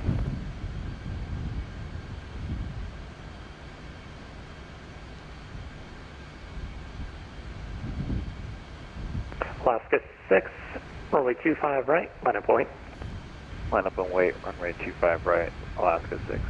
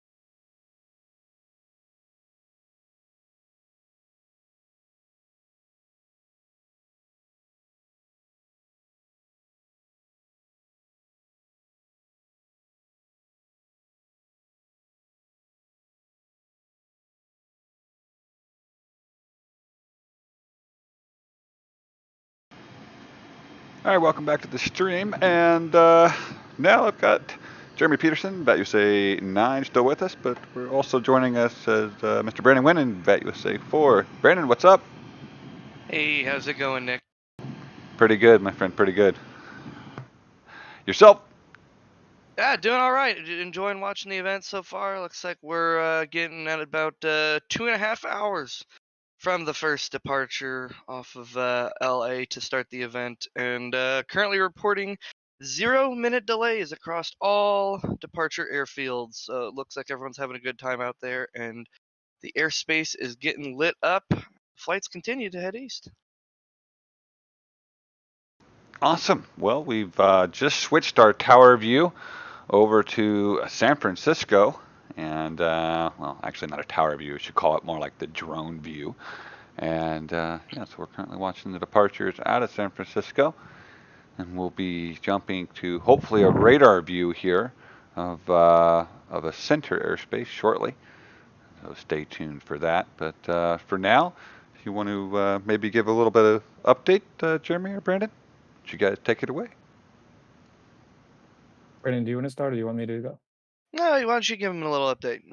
Okay. I mean, everything looks good so far. Brandon said we're about 50% of the way, or more than 50% of the way through. And I'm just, right now, I'm just doing my own work and looking through some of the routes. It looks like everybody's, I don't want to say everybody, but it looks like most people have filed good routes. The ones that we coordinated, which is very good for the people down the line. Staffing looks good. Just working on one facility that we're trying to get staffing for. Looking at the weather, everything looks all right for now, which is exactly where we expect it to. We expect the weather to be more of an issue as we transition from Minneapolis into O'Hare, or sorry, Minneapolis into Chicago, that area, and in the Gulf a little bit, but they can pick around that. I think that's it for me. Everything looks good. Yeah, the one thing we've been watching on our end is, of course, just making sure that everyone's getting off on slot times at a reasonable time. We've had no delays so far. It looks like everything's good. Been keeping a close eye on the weather and mainly the cloud ceiling cover on the West Coast. So making sure our departure airports, LA, San Francisco, and Seattle are not having any adverse effects from that, and seeing what we can do. But right now everything looks to be in smooth working order. We've got lots of flights on the ground over at Denver, getting ready to go. Denver is seemingly hopping. A quick look at all the approximate numbers for slots reserved right now. Looks like we got 83 departures coming out of Denver this morning and afternoon. 44 from Seattle. We got 77 coming out of LA. 54 off San Francisco, and a few more along the way for our midfield airports, which is new this year. So, Nick, if you don't mind, I thought I'd take a second and kind of explain how this event came to fruition and what kind of thoughts we had to change it up this year. Sure, go for it. And then I've got a couple of questions I was asking Jeremy, but we can pass them along to you as well. Just maybe perhaps some ideas for future events and stuff. Then a couple of them come out of the chat here as well. But sure, go ahead. Take it away, Brandon. Yeah, and while you're doing that, I'm just going to cruise around San Francisco and give our viewers a nice view of the airport here and the traffic departing. Yeah, excellent. Yeah, so for any of the viewers on that are wanting to ask questions or whatnot, feel free. But I thought I'd give you some background as to how this came about. So, the EC from New York, his name's Umar. He reached out early on in the year, expressing the interest to get this event back up and running. I don't believe we had one last year, but my memory could be failing me at this time. But we wanted to get back to the Transcon event, which is, as fitting as the name is, traversing across the entire continent from West Coast to East Coast, or vice versa. Last time it went from the East to the West, and that typically works well for time zones to do it on a Friday night. But rather than doing F&O last night, we actually decided to push it to the middle of the day on Saturday, because if we started the event late Pacific time in order for people to come home after work and actually get to enjoy and participate in the event, it would have ended at some time around 3 a.m. Eastern, and that just isn't feasible for our, our Eastern Arctics to participate in, and certainly not the pilots. So what we wanted to do was make it a grand event on Saturday. Gives us a little bit more flexibility to throw up slot times that are longer, give more opportunities for pilots to fly where they want. But one of the comments we've gotten in the past was that there were a limited number of routes and sometimes it would get a little congested. And what we came up with on the events team was actually to add these extra airports in the middle. So you might notice that St. Louis, Fort Worth, and Houston are all options this go round. And those are for the people who, want to start their flight, but maybe they can't continue all the way and they need to divert. Something comes up in the middle of the day, no problem. If you still want to fly into an event field, you might be able to go right on down there. If you want just a shorter flight in general, then you could have reserved a slot to take you to those airports or even from. So there are certain options where you can fly to those midpoint airports and certain option routes that you can take from those midfield airports and actually end on the East Coast just like everyone else. So a variety of Arctics were very much interested this year, and we wanted to include as many as we could as possible to get everyone involved and let the pilots control where they want to fly with the most amount of availability. So we're always looking for feedback. If you've got airports you want to see next go around, next go around we'll be going the other way, so it'd be a Friday night going from East Coast to the West Coast. But nonetheless, if there's any suggestions that you come up with while you're flying today, or just thinking about it afterwards, feel free to send us messages. We love to hear the feedback and your ideas, because the goal is to make the event as successful and as fun for all involved, both controllers and pilots alike. So there's a lot that goes into events, but I'll kind of stop there because that's the idea of how the event has been set up and how we kind of chose the airfields and use some of the slot system. So Brendan, let me lead off from that to a sort of similar question that I had asked Jeremy, but talking about those traditionally overflight Arctics like Kansas City jumping in today, and a couple of the other facilities, more Fort Worth and such, more towards the center of the U.S., but maybe we traditionally see them as overflight Arctics, certainly not Fort Worth, but some of the others. So they get a chance to participate, and I'm assuming that they would get that same chance on the eastbound legs too, right? Maybe not St. Louis this time or next time because they participated this time, but maybe Chicago, Indianapolis, Memphis, Nashville. Yeah, I mean this is the first time we're trying it, so as long as it's successful, and more so, we want to get the feedback from the pilots who flew those routes or would like to next time. Just make sure and validate that it's a good idea for next time. And if people enjoy it, then absolutely, we'd love to do it. One of the ideas we had early on that we decided not to do this go around was actually north-south routes. So going from Minneapolis to Miami per se, but we decided it wasn't really kind of in the direction to actually go across the continent, so that idea kind of went by the wayside. But if there's enough popular opinion out there, we can always make things work. This event just continues to grow year over year, and we're always getting these new ideas. But I absolutely hope so. I hope that pilots enjoy those midpoints, and we could get some totally new airports in next year for all sides involved. Departures, arrivals, and those midfield points.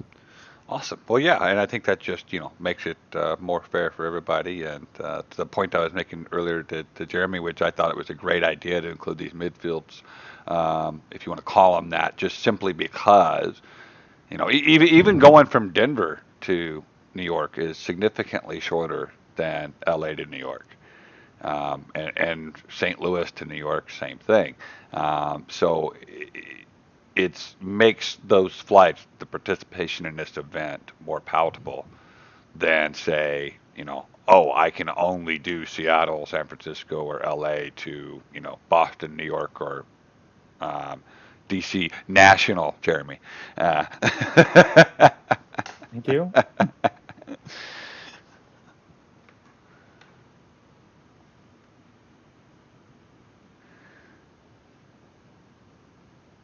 I take that silence as agreement, Brandon. Oh yeah. I mean, it's awesome to get these.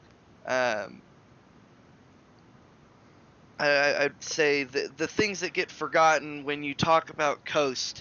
Pilots, early on in my flying days here, it was always, where am I starting? Where am I taking off from? And then, you could sim rate through the rest of the flight, and then you get to the landing, and you're like, those are the exciting parts. But in reality, there's a lot that goes into it along the way, and to just give the opportunity to get some of the arrival excitement into the airports that commonly have to do the en route, provide the en route services.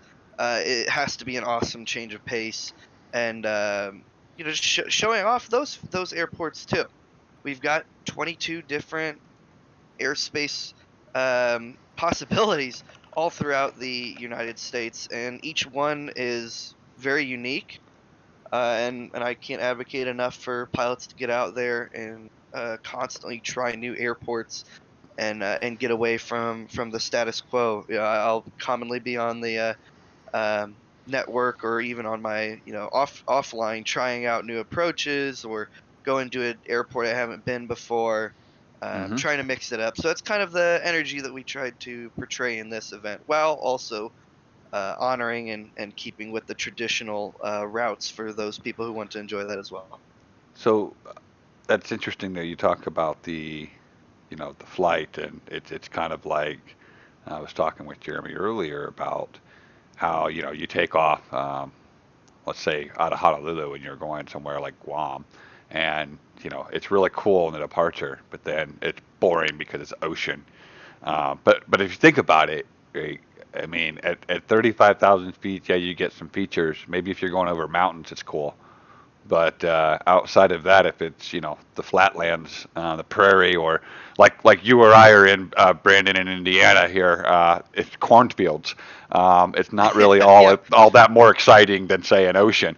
So to that point, I had proposed an idea for an event to Jeremy, but let me just drop it to you too, and see what you think. And I'm curious to see what the folks watching the stream think as well. Drop it in the chat.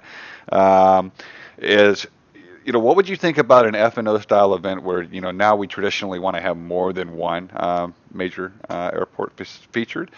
What would you think about something like a Honolulu, Wake Island, Midway Island trio kind of thing? I know Aloha used to run 737-200s out of Honolulu up to Wake, or Midway, sorry. And, then for the folks coming out of LA or the other fields, that's a really good excuse to break out the old Connie. Yeah, absolutely. I mean, we're always looking for those unique ideas. I love a combination of the classics, and I love out of the box ideas. Earlier this year, or I guess actually late last year in 21, when we were deciding the F&O schedule, I challenged the Arctic ECs to think outside the box and come up with events that we have never seen before. And born was F&O Oklahoma last year. It was, I think, over 10, 12 plus airports staffed across the entire state of Oklahoma between multiple different Arctics that cover that region. And it was a success, not because of the amount of traffic that showed up. It might have been less. It was less traffic than other what we'd call traditional classic single field fly-in F&Os. But it provided the opportunity for pilots to actually have that experience of a general aviation airport that is staffed all throughout an entire state, and plenty of different options for pilots to go to. So it was awesome to see that happen, Stillwater, Oklahoma is getting 15 aircraft when on a normal day they might not get any. So thinking outside the box in some of those, we've got awesome regional events coming up. There have been so many cool themes that have been brought up this year, and there's so much more in the pipeline. And to be honest, I'm excited for what will come in 2023. But I absolutely think a Pacific Ocean style of event right there is something that just hasn't happened or hasn't happened in a while, and it'd be great to do. I love hearing these new ideas, and that's why I stress very much so for pilots to reach out to, if they're in a Arctic, reach out to ECs and come up with these ideas. Reach out to VATUSA staff and whatnot. Try and get those ideas out there because we listen. We really want to make the experience enjoyable because as much as I'm sure the pilots don't like the same thing every week, we don't like the same thing every week. I would not want to staff up one airport every weekend for the same week, for the same time frame 50 weeks in a row. Some really people do enjoy that. Answer. Oh yes, and there's no problem with it, but I love me personally the variety. Here, I love the variety and the option to give the pilots what they want to do, because if they want to fly Indianapolis to Fort Lauderdale every single Saturday, then more power to you. What can we do to make that happen? So that's kind of my philosophy on how we run events, is to shake it up, give people something cool to look forward to, and really keep you interested and on your toes here while flying on the network, not just on event days, but on regular days too. Well, awesome. So we're going to go into a little bit of off topic for just a moment, but just going to ask, how's your summer going? Getting any flying in? Yeah. Real world, I've actually gotten some flying time in. I've got some flying time on the network as well, but I'm fortunate enough to have my private pilot license with my instrument rating real world, so I do enjoy getting up and getting outside, enjoying the real world skies. It's awesome transition for I do credit a lot of my passion for aviation from this network. So it's been awesome to kind of put that into life outside the computer, to say. Other than that, the summer's been busy. I've been traveling lots of places, been doing lots of different various jobs, but I just like to see everyone out here enjoying enjoying the network on this awesome day here with not too bad of weather either. Yeah, well, I don't know about what you're talking about, but we've got thunderstorms up here, so. Yeah, so I don't know what you're saying, but perfect clear skies outside my window here. Oh wow, yeah, and see, you're only about 4 hours south of me, so and right now I'm watching the tops of trees sway pretty heavily in the wind, and I'm seeing tops to 460 on COSPA in northwestern Indiana. So. Yep. Yeah. There is that big storm just up the road. Really, it's definitely in between us, but yeah, it's hitting me. But no, we just had another question in the chat here too. Let's get that from Madden's Lounge, and it's what about an East Coast GA thing, like up the coast hopping state to state, or kind of like Transcon? I kind of like that, like a GA style, with maybe ZNY, ZBW, and ZDC. It'd be avoid the warning area simulator 2022. Yeah, there is a lot of potential, especially up the East Coast. The problem with the East Coast Arctics is that, like, in New York gets on, they pretty much don't have a choice but to staff JFK. I mean, we've when I was EC, we did a few. Actually, we had a few things. I did, like, I think as Thursdays, every other Thursday, I think I did a VFR at different regions. So I did. My favorite one was McGuire, just because I love controlling there. Did a Binghamton area one, etc. But I mean, on a noise, Friday but- or Friday night, Saturday morning, Saturday afternoon, that the weekend time frame, I don't think. we did a minor FNO. I think we did a 90 satellite FNO. I think it was with Teterboro, Caldwell, Morristown. Did you have Westchester JFK too, I staff think. though?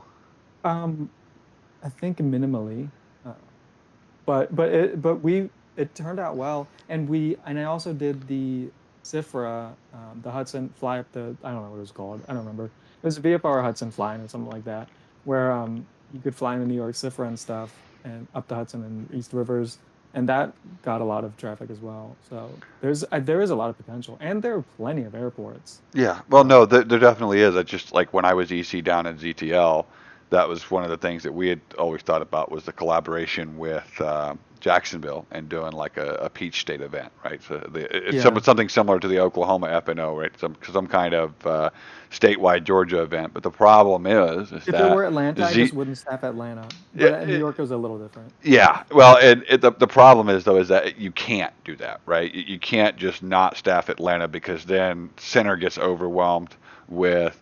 I mean, you have A80, but then again, A80 gets. Just make them zero. Just go ATC 0 for it. Just consider VFR. Can you imagine though when those airplanes get to center level how big of a mess that's going to be? Well, they'll just be pop up. We'll have A80 and pop up VFR pop up, and then if they're IFR, just create the clearances in the air. But So I wanted to bring it to everyone's attention actually that back on June 24th, so a month ago actually, we did have this exact event with Light Up the East Coast. So they did not staff up any Bravo airports. They actually had 10 different fields. Everything from, Key West, Palm Beach, Jacksonville to Myrtle Beach, Wilmington and Norfolk, Harrisburg to Islip, and Providence to Manchester. All 10 of those. And no major issues? And no, they had a great event.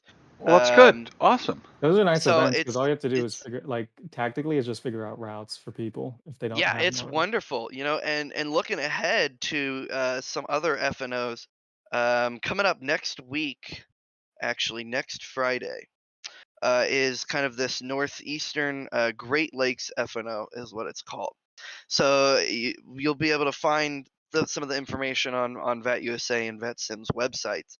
But in short, they're staffing up. This is a cross-division event with Cleveland, Chicago, Winnipeg, Boston, Minnie, and Toronto, all staffing up a variety of different event fields next Friday. This is, and this is another GA event. This is exactly one of the ones that I was referencing earlier to think outside the box. So if you're looking for something like that, check out the Great Lakes FNO next Friday. You're going to be able to, even the first tagline here, it's a sightseeing extravaganza as we store the airliners away and bring out our GA best to tour the Great Lakes region. So I encourage you, the Great Lakes, I don't know if you guys have actually had the opportunity, I'm sure Nick has, but it's awesome to go up to the Great Lakes in person, and I know it's a joy to fly around in those areas. There's some pretty cool airports, and it's going to be awesome that we've got two airspace furs from Canada involved in this. So it's a U.S. Canada collaboration event. Working with Canada is always nice. Oh yeah. Yeah, we have quite a lot of events that are GA involved coming up in August. Looks like. Yeah, so we're definitely putting a push on this to get a lot of different types of events going.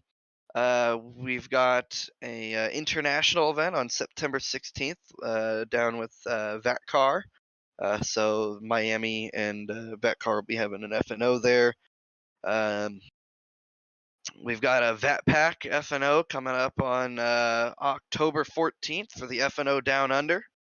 That's always a fun one. And then November 4th, again, another international flight up in Canada. So we've got a lot of different cool things coming up. September and October are always fun times. Especially we come around. This is kind of that mid period between cross the ponds, right? So every 3 months or so we have a big grand event like this, with cross the pond happening in spring and fall, and we try to do this in the summer, and we normally come up with something cool and amazing for the winter. But yeah, you guys have a lot of different choices for events. So make sure to stay posted and keep updated with the events calendars. All these ECs across our division put a lot of work into making these possible. As you can see today, and you're going to see as this event continues to go in now to its third hour, or actually we're coming up on 3 hours, so it'll be going into the 4th hour. There's a ton of coordination that goes in, which we have to credit, Jeremy and the rest of the EC team for constantly working on routes and keeping up on weather and live time updates to make everything as smooth as possible, and as realistic as possible, to be quite honest, for the pilots. So you get to have a little bit of the, hey, here's some weather, would you like to divert? And we're gonna we're going to reroute people to I work around literally this. just pushed the reroute, by the way. So if you're flying from Atlanta Artec to MCO, fly over the east coast of Florida. Just FYI. Oh, there you have it. Yeah. Yeah. So exactly like this, you know, having this live time interaction is something that we haven't had on a long time for the network. So it's something new that we continue to tweak and work with. Again, making the event experience as best and smooth as possible for the pilots and controllers alike.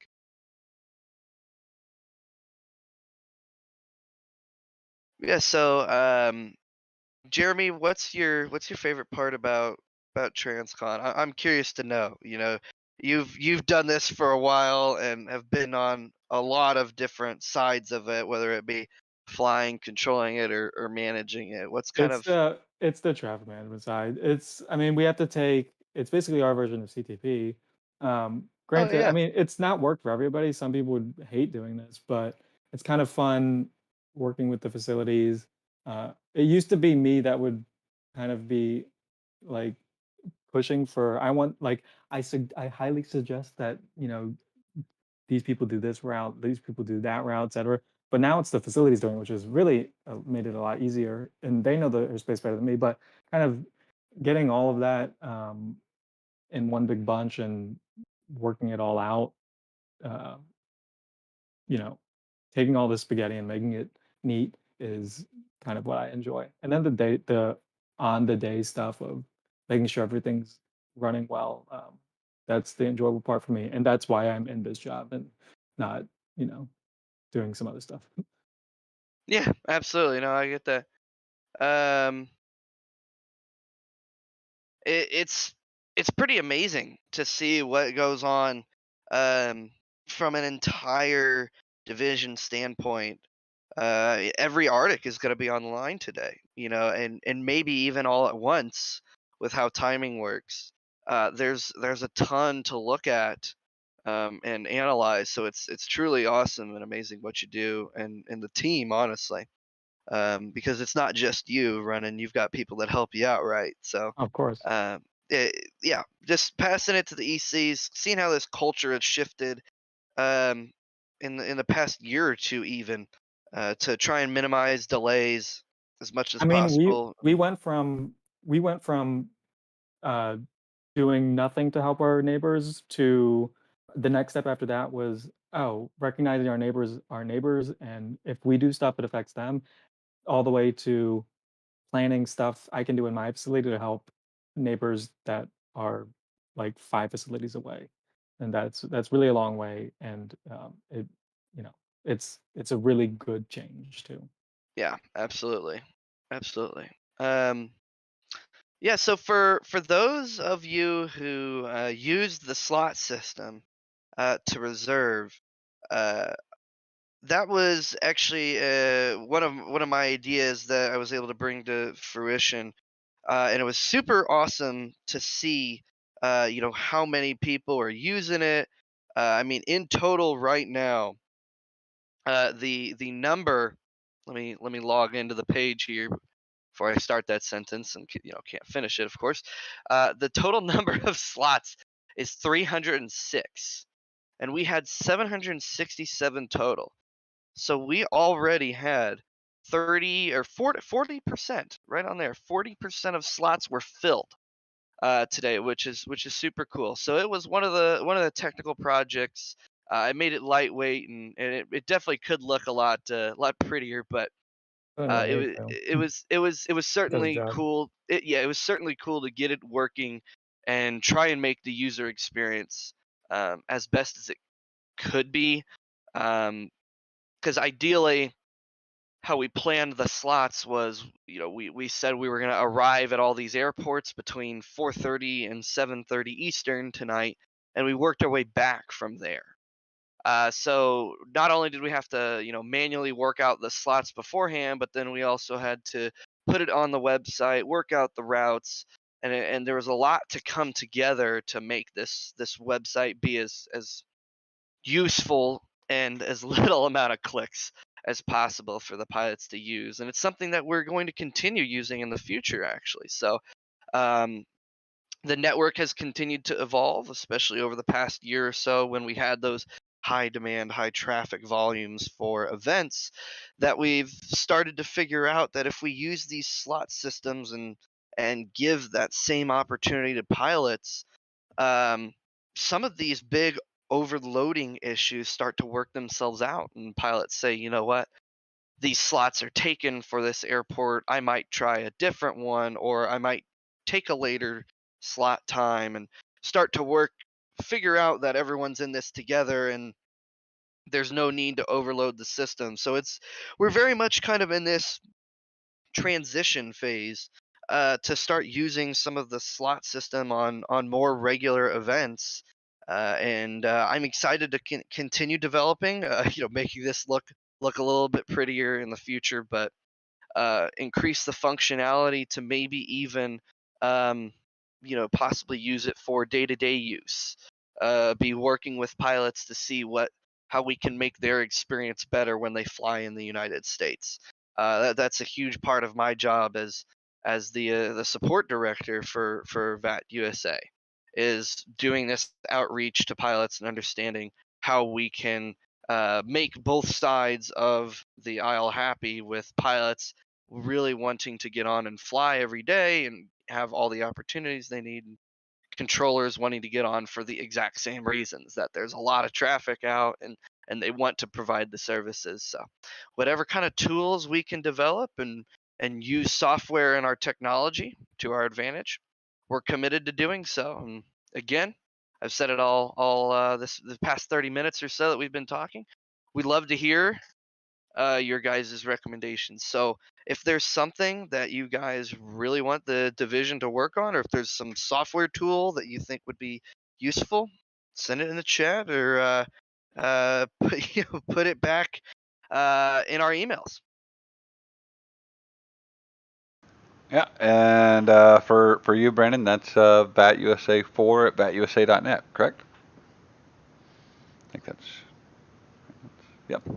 And it would work. Yes. It would work if you could hear me, but you it couldn't would. hear me. So I was just giving out your email address, Brandon. VATUSA4 at VATUSA.net. Yeah. How long have I been muted here?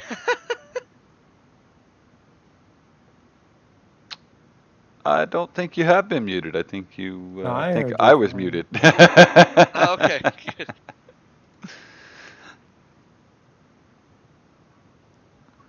Yeah, Chicken Hawker said, "Get BW back on the mic."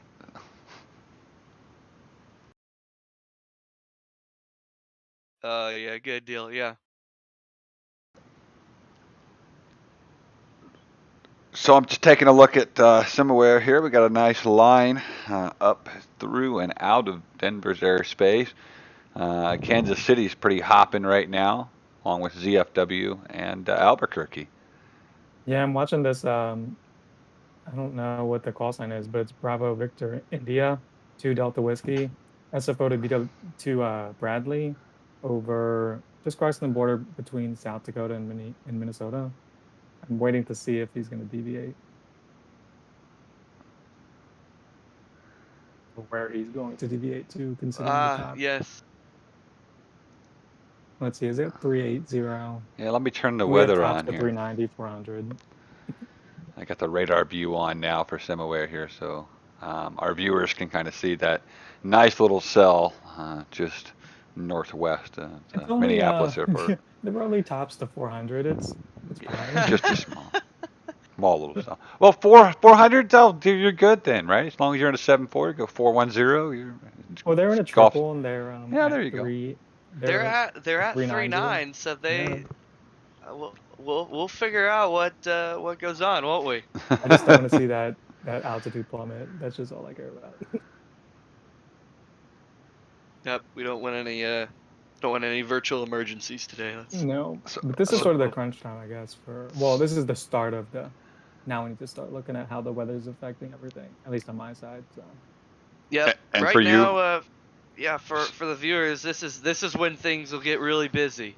For us on our traffic side, we're starting to we've hit almost past we're past the halfway point for crossing the nation here, so we're gonna start shifting focus towards the weather that they're coming up on, and also you're gonna start seeing those eastern Arctics pop online as they prepare for the planes to start arriving.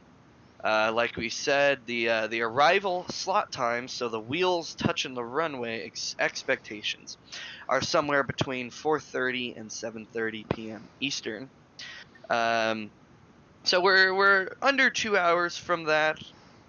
Still got a ways to go, but a lot of our focus will still remain on kind of the middle of the U.S. while making sure that departures are still smoothly taking off from the West Coast. It's a lot to cover, isn't it, Jeremy? Yeah, I'm also seeing a flight out of Bradley to Detroit. It looks like a group flight of quite a few, just FYI.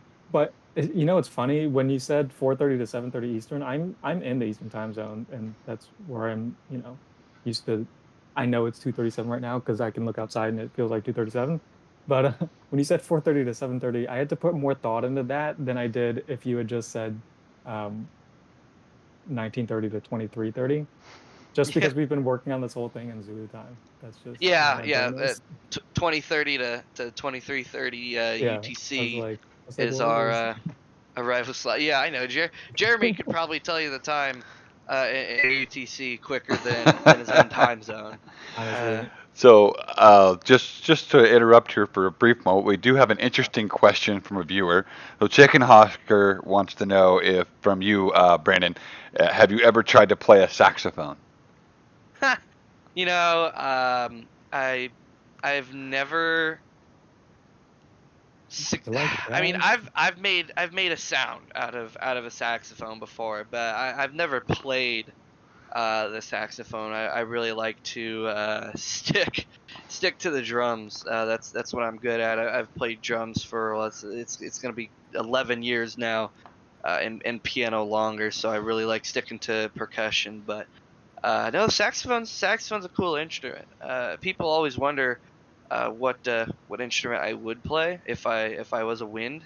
And my answer is the French horn or the mellophone. I really like the always sound need of French those. horns. Oh yeah, I really like. We never have enough good French horns. I like the sound. Takes a really good ear. It's a beautiful mid-range tone. I'm just glad I play violin because I don't have to transpose. Yes, yeah. And then we got another comment from JX Un, and it says, "You should reroute everyone to Houston so we can get traffic." That will not be happening. Those reroutes are really long. I was thinking, the real worlds today on, I think most of the Southwest facilities, Southwest U.S., are on the Vulcan playbook, which basically puts everyone through either Fort Worth or Houston. But we're not going that extreme. You have quite a few routes, though. Houston's got 19 slotted departures and 10 slotted arrivals. So you've got 29 people at least coming your way. And remember, these are Houston is a midway airport, so You also have diversions. LAX to MCO through you. Yes, there's going to be a lot of traffic going through Houston. So don't worry, our response is they're on the way. Yeah.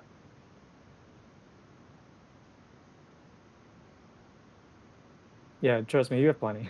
Yeah, you have arrivals from the west, from the northwest corner post. You have departures out your east and northeast, and you have your overflights from LAX to MCO. So, So have everything. somebody said, Chicken Hawker says Brandon reminds him of Animal from Sesame Street. He just yells drums, drums, drums every time he plays. Yeah, I could see that. Yeah. And Depends JX on. Soon is the guy on delivery. He's like, I'm just on delivery for 6 hours, LOL. Oh Oh, yeah, well, that's sure. that's why you're complaining about traffic.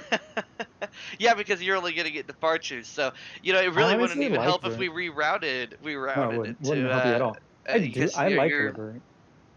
oh, I love let's go around and say what our favorite position is, and I'll start. My favorite ATC position to work on the network is Denver ground. I absolutely love working Denver ground. It's complex. There is a ton of different ways to do things. Obviously, I'm the previous ATM there, but it's actually not because of that. Ever since I was an S1 and I worked my first Denver FNO as a visitor there, I fell in love with that airport. I just thought it was absolutely cool and awesome. Um, it's one of my first and favorite FNOs that I remember, and that positive memory stuck with me. So Denver has a special place in my heart, but Denver ground is definitely my favorite position to work on the network. Jeremy? What about you, Nick? Oh, you want me to go? You go Okay. first. Yeah. So I'm sure if any of the viewers out there know me, they know exactly what I'm going to say. I'm sure both of you guys know exactly what I'm going to say. My favorite position on the network, hands down, is Atlanta Tower. I knew it. I knew it. Such a surprise. Yeah, right. Well, because I've often shared that story just because of how awesome it was. But I still remember very much like Brandon here, my very first Atlanta FNO, and I ran, was running trips and ran tower all by myself. Thank God I had ground and delivery. But I think that was probably the one and only time I've actually had to use the brake phraseology on Atlanta Tower. It was busy enough, but it was awesome because it wasn't like I was on a radar position for that long.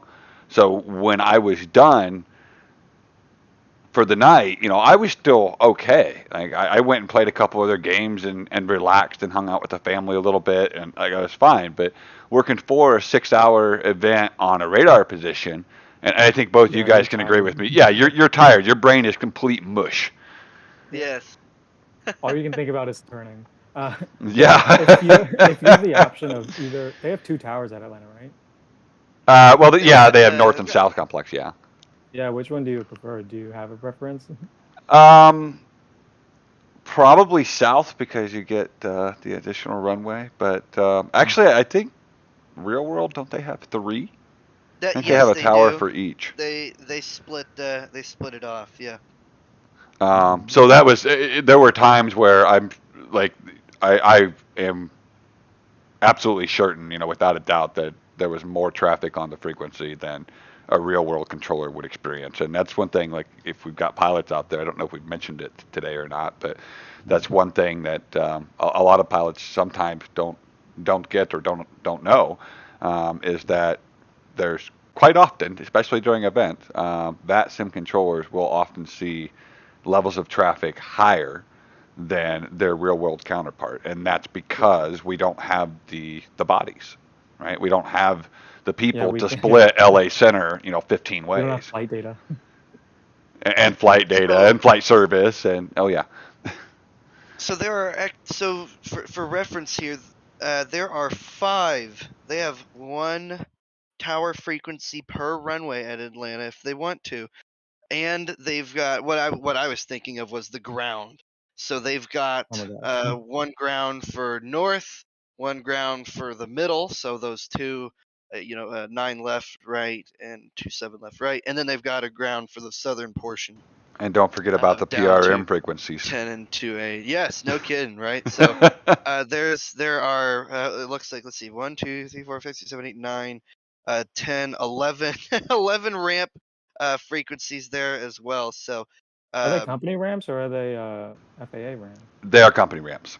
Okay. yes, but they've got published ramp frequencies on the FAA chart I'm looking at here. But yeah, no, Nice. it's an awesome place to control. That's one of my favorites. I think back to one of the FNOs I worked there when I was in S3. I was actually fortunate enough to help him out on a departure position. Super cool just to kind of understand how things work out there and how truly optimized. Oh, it's super efficient. They run everything. I mean, you think back to some of the power fields that we have in the United States. Chicago, Denver. Fort Worth, Denver, Atlanta, just to name a couple there. How optimized they have everything running every single day with so many different frequencies, and how closely we try to model that on the network too, and give pilots those like real world experiences. It's always a challenge, but it's always met with with eagerness and anticipation. Everyone's trying to um, match that. Honestly, I've always tried to like figure out how do they do this and what are the tips and tricks and exactly. all the what ifs. How if this plane is coming in here, how do we get this plane into the satellite field? And that's always the fun part for me, honestly, when I go in between those. Satellite issues with all the events and staffing issues. Oh yeah, absolutely. Atlanta, yeah. I'm sure everyone knows. If not, this is day 1 for Oshkosh, or day 0, I guess. It's right before all of next week. Airbencher. But so people are flying up there right now, and gosh, this is one heck of a week to be a Chicago controller. Oh my gosh, yeah, and I've watched the YouTube videos and stuff of that, and it just how those controllers, massive respect, because they get those, what is it, 40,000 airplanes or something like that in every year. It's unbelievable. I mean, Derek Vento has talked about when he was in Columbia, all of the all the Masters stuff. Or when he was at Atlanta, I guess. Oh yeah, of course. That's pretty crazy. And you can't. So I've got a coworker that lives in Augusta, and he sent me pictures. And like when the Masters going on, it is amazing.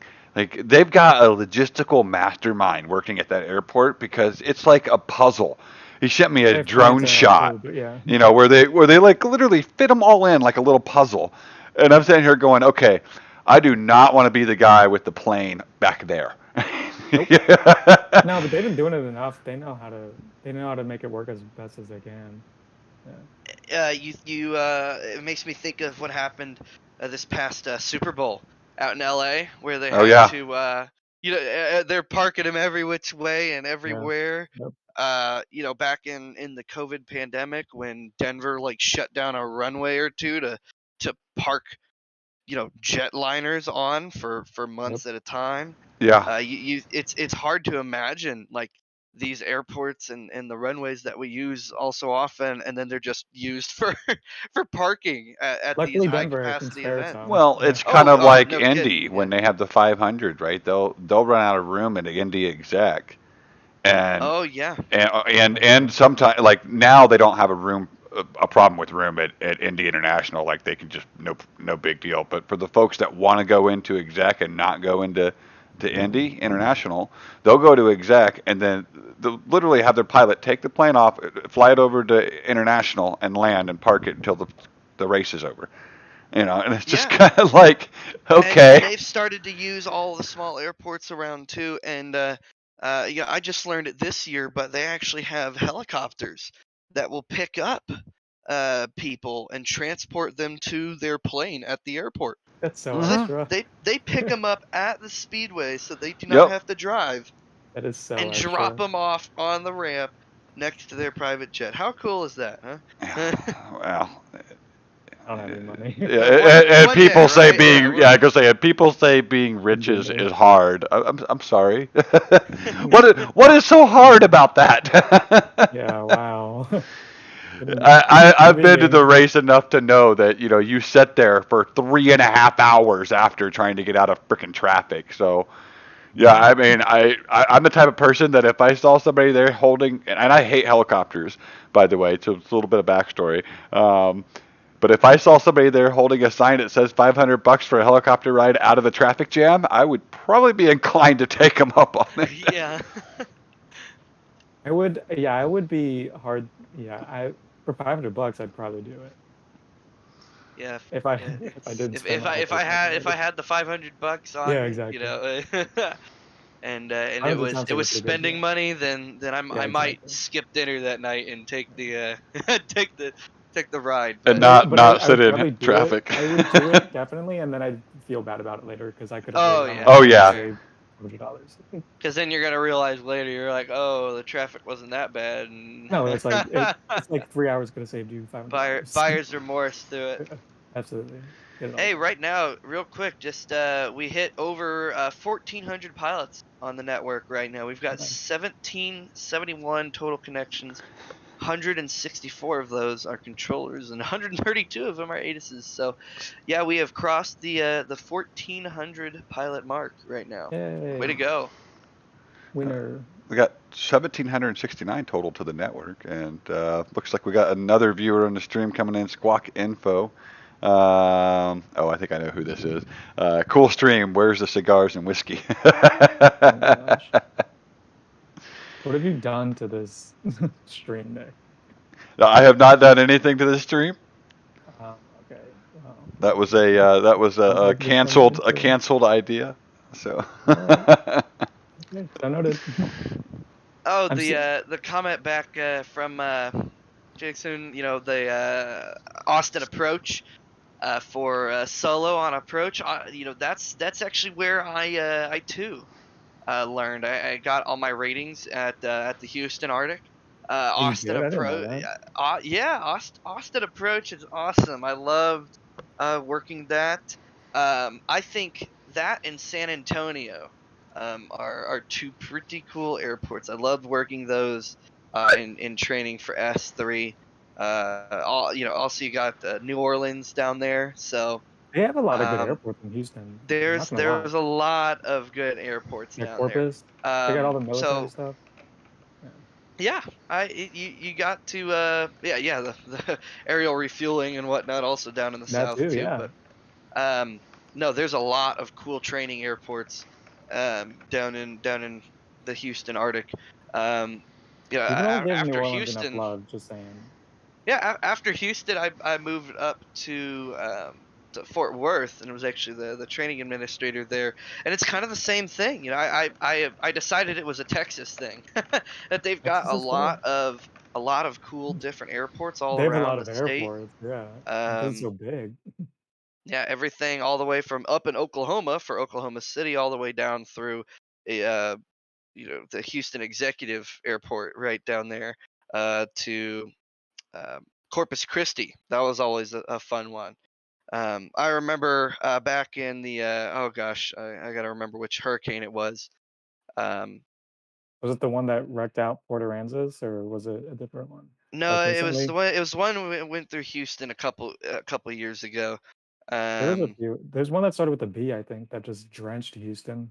Uh, And like, the name evades. Maybe someone in the chat will correct me and make me feel stupid. But um, I remember the METARs were off the charts, and made landfall, and there's just like 15 VATSIM pilots just going at it in the was that the pattern, one where I just trying to. declared Houston ATC 0?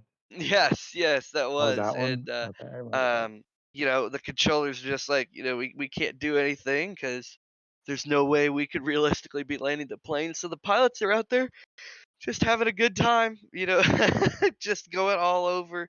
Yeah, I remember that. That was interesting. That was nuts. Houston Oceanic, I've enjoyed working that too.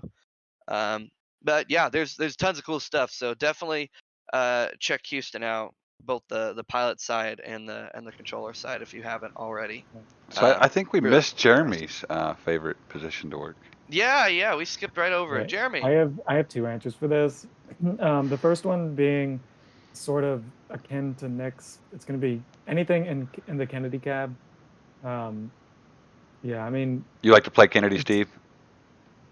I think everyone does. Like, what's not to like? Delta Taku.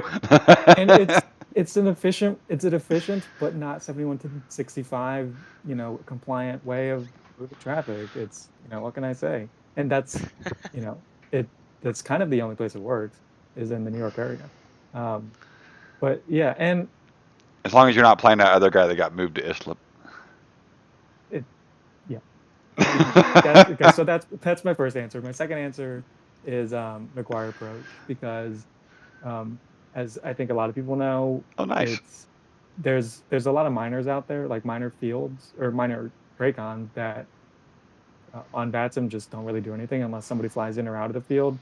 McGuire is the only one in New York that actually has, well, it's not the only one, but it's, I'm going to say this. The LOA route from Kennedy to Philadelphia is Dixie, Victor 16, Cedar Lake, Woodstown, I think, something like that. Hold on, give me a moment.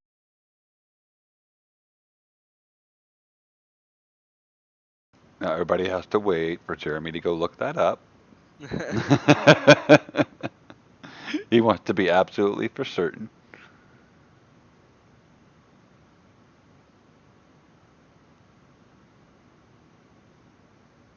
But McGuire is a cool little small facility. One of my favorite places to fly when I just started on the network was the Northeast. I loved getting in a little 172 and learning how it worked, and how flying VFR around the Northeast actually happened. And one of my favorite places was getting on like a Baron and going from JFK all around New York, maybe down to Philadelphia or up to the down the Boston corridor. area. Yeah, I'm back, by the way. I just have to handle something real quick. Okay, as I was saying, Kennedy to Philly, that goes through McGuire's airspace, and whereas if you're like working Elmira approach, you're probably not going to work anything. At least at McGuire, you have the very slim chance of saying, November 123 Alpha Papa McGuire approach, and then descending them to 6,000 and giving them to Philadelphia. So you have, besides the fact that it's a cool military and the only military Transcon in New York Center, you also have a very slim chance of working traffic, which is cool as a minor approach. So that's my second answer. That's cool. Nice. Yeah. Just so you know, Jeremy, we investigated this group flight from Bradley to Detroit, and it looks like they're all going to be on the ground, or should be right before our arrivals hit at 4:30 Eastern. So there's 13 of them. Yeah, I saw that. That took off, but they should Cleveland's be aware, and they're staffed and stuff. So they should be no factor for our event traffic anyway, which is good. Them. Yeah, I think they got off just in time. Yeah, honestly, yeah, it's a good planning on their part, I guess. It's a good thing everybody's staffed already. I guess Atlanta's the next one that needs to come on. Yeah, we're left with just Atlanta, DC, and New York. New York, yeah. I don't know if Miami's coming on, but we don't really need them. And Miami too. Miami. Yeah, but I don't think Brandon did Miami tell you they're coming on? Yeah, I think Miami might be the only one that's not. They're not really needed. So. They might have one to get people into MCO from the south, because I know that's how we're routing our, I thought Jack's Houston had an area LOA. guys. I thought Jack's had an LOA to take Miami that part of Oceanic. I don't know, but my understanding is that they're not needed, and I have no indication that they're coming on. But Well, regardless, we certainly will find yeah, we will. out. Well, it's really Well, cool. I'm looking at Similar right now, and there's actually a nice little line of traffic going down to the Caribbean and coming back up. So the entire USA airspace is kind of hopping today. Yeah, and I yeah, see that Denver we've and got it Seward. all. We've got it all. That's for sure. 1784 total connections, 1404 pilots holding steady. So, Yeah, this is the time when it spikes. yeah, super cool. Maybe we can hit 2,000. Who knows? But numbers don't say the story. Just looking at this whole picture, right? We've got almost the entire country up. We've still got a little bit to go. Let me take a look at when the last LA departure time is, in fact, and let's see, sort by departure. And it looks like 2042 LA going to DFW is the last departure out of there. So they're on until 4:42 Eastern is that last departure. So we might have the entire country staffed up at one time here. And hopefully Miami can get on to join us, even for the sake of just having one Just so guy we can get on. a nice screenshot. Yeah, exactly, right. How cool is that for everyone involved? But San Francisco wraps up their departures, and in 30 minutes they've got one last departure going to Atlanta, but everything going to the East Coast has departed San Francisco at this time. So That's good. I see this the SFO to Bradley flight that I was talking about. They just went straight through everything. Oh, that's awesome. Good Way on to them, go. I guess. They saw the 400 and challenged it clearly. They're like, no, like we're fine. That's awesome.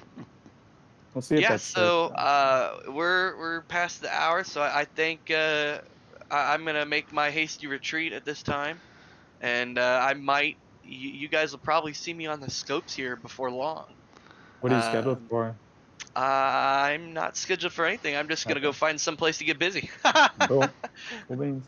You might find me on Indy if Indy's not going to be already staffed. I know they got one guy Rich on is on there. right now, Rich is on right now, but I might go give him some company eventually. But yeah, I'm gonna step away, take a little break. But Well, you guys probably thanks. hear from me again soon. Thanks for stopping in, Brandon. It's great to have you on. And what we're going to do now, because we've got looks like just 2 airplanes departing out of San Francisco, so we're probably going to go back to the Similar map for a bit, and then it looks like we hopefully have another member coming on to stream a little bit of Denver Center, which looks like it's still pretty hopping at the moment. Oh yeah, they've got plenty of departures on the ground. So even if you switch over to Tower View, they've got a lot going on. 51, in fact, departures online right now. But their slot times coming up here. I mean, what are we at? We're at 19 right now. They've got plenty in the next hour going every which way. So yeah, I'd keep your eyes on Denver. All right. Well, that sounds good. Thanks again for stopping in, Mr. Winning, at USA 4, and we'll be chatting with you soon. Same to you, Jeremy. I'll let you get on out of here as well, and we're past the top of the hour. And we'll go back, like I say, to our Simaware view here for just a few minutes while we switch over to Denver Tower, and then we'll hopefully be going to a Denver Center view here pretty shortly. Stick around. Bye.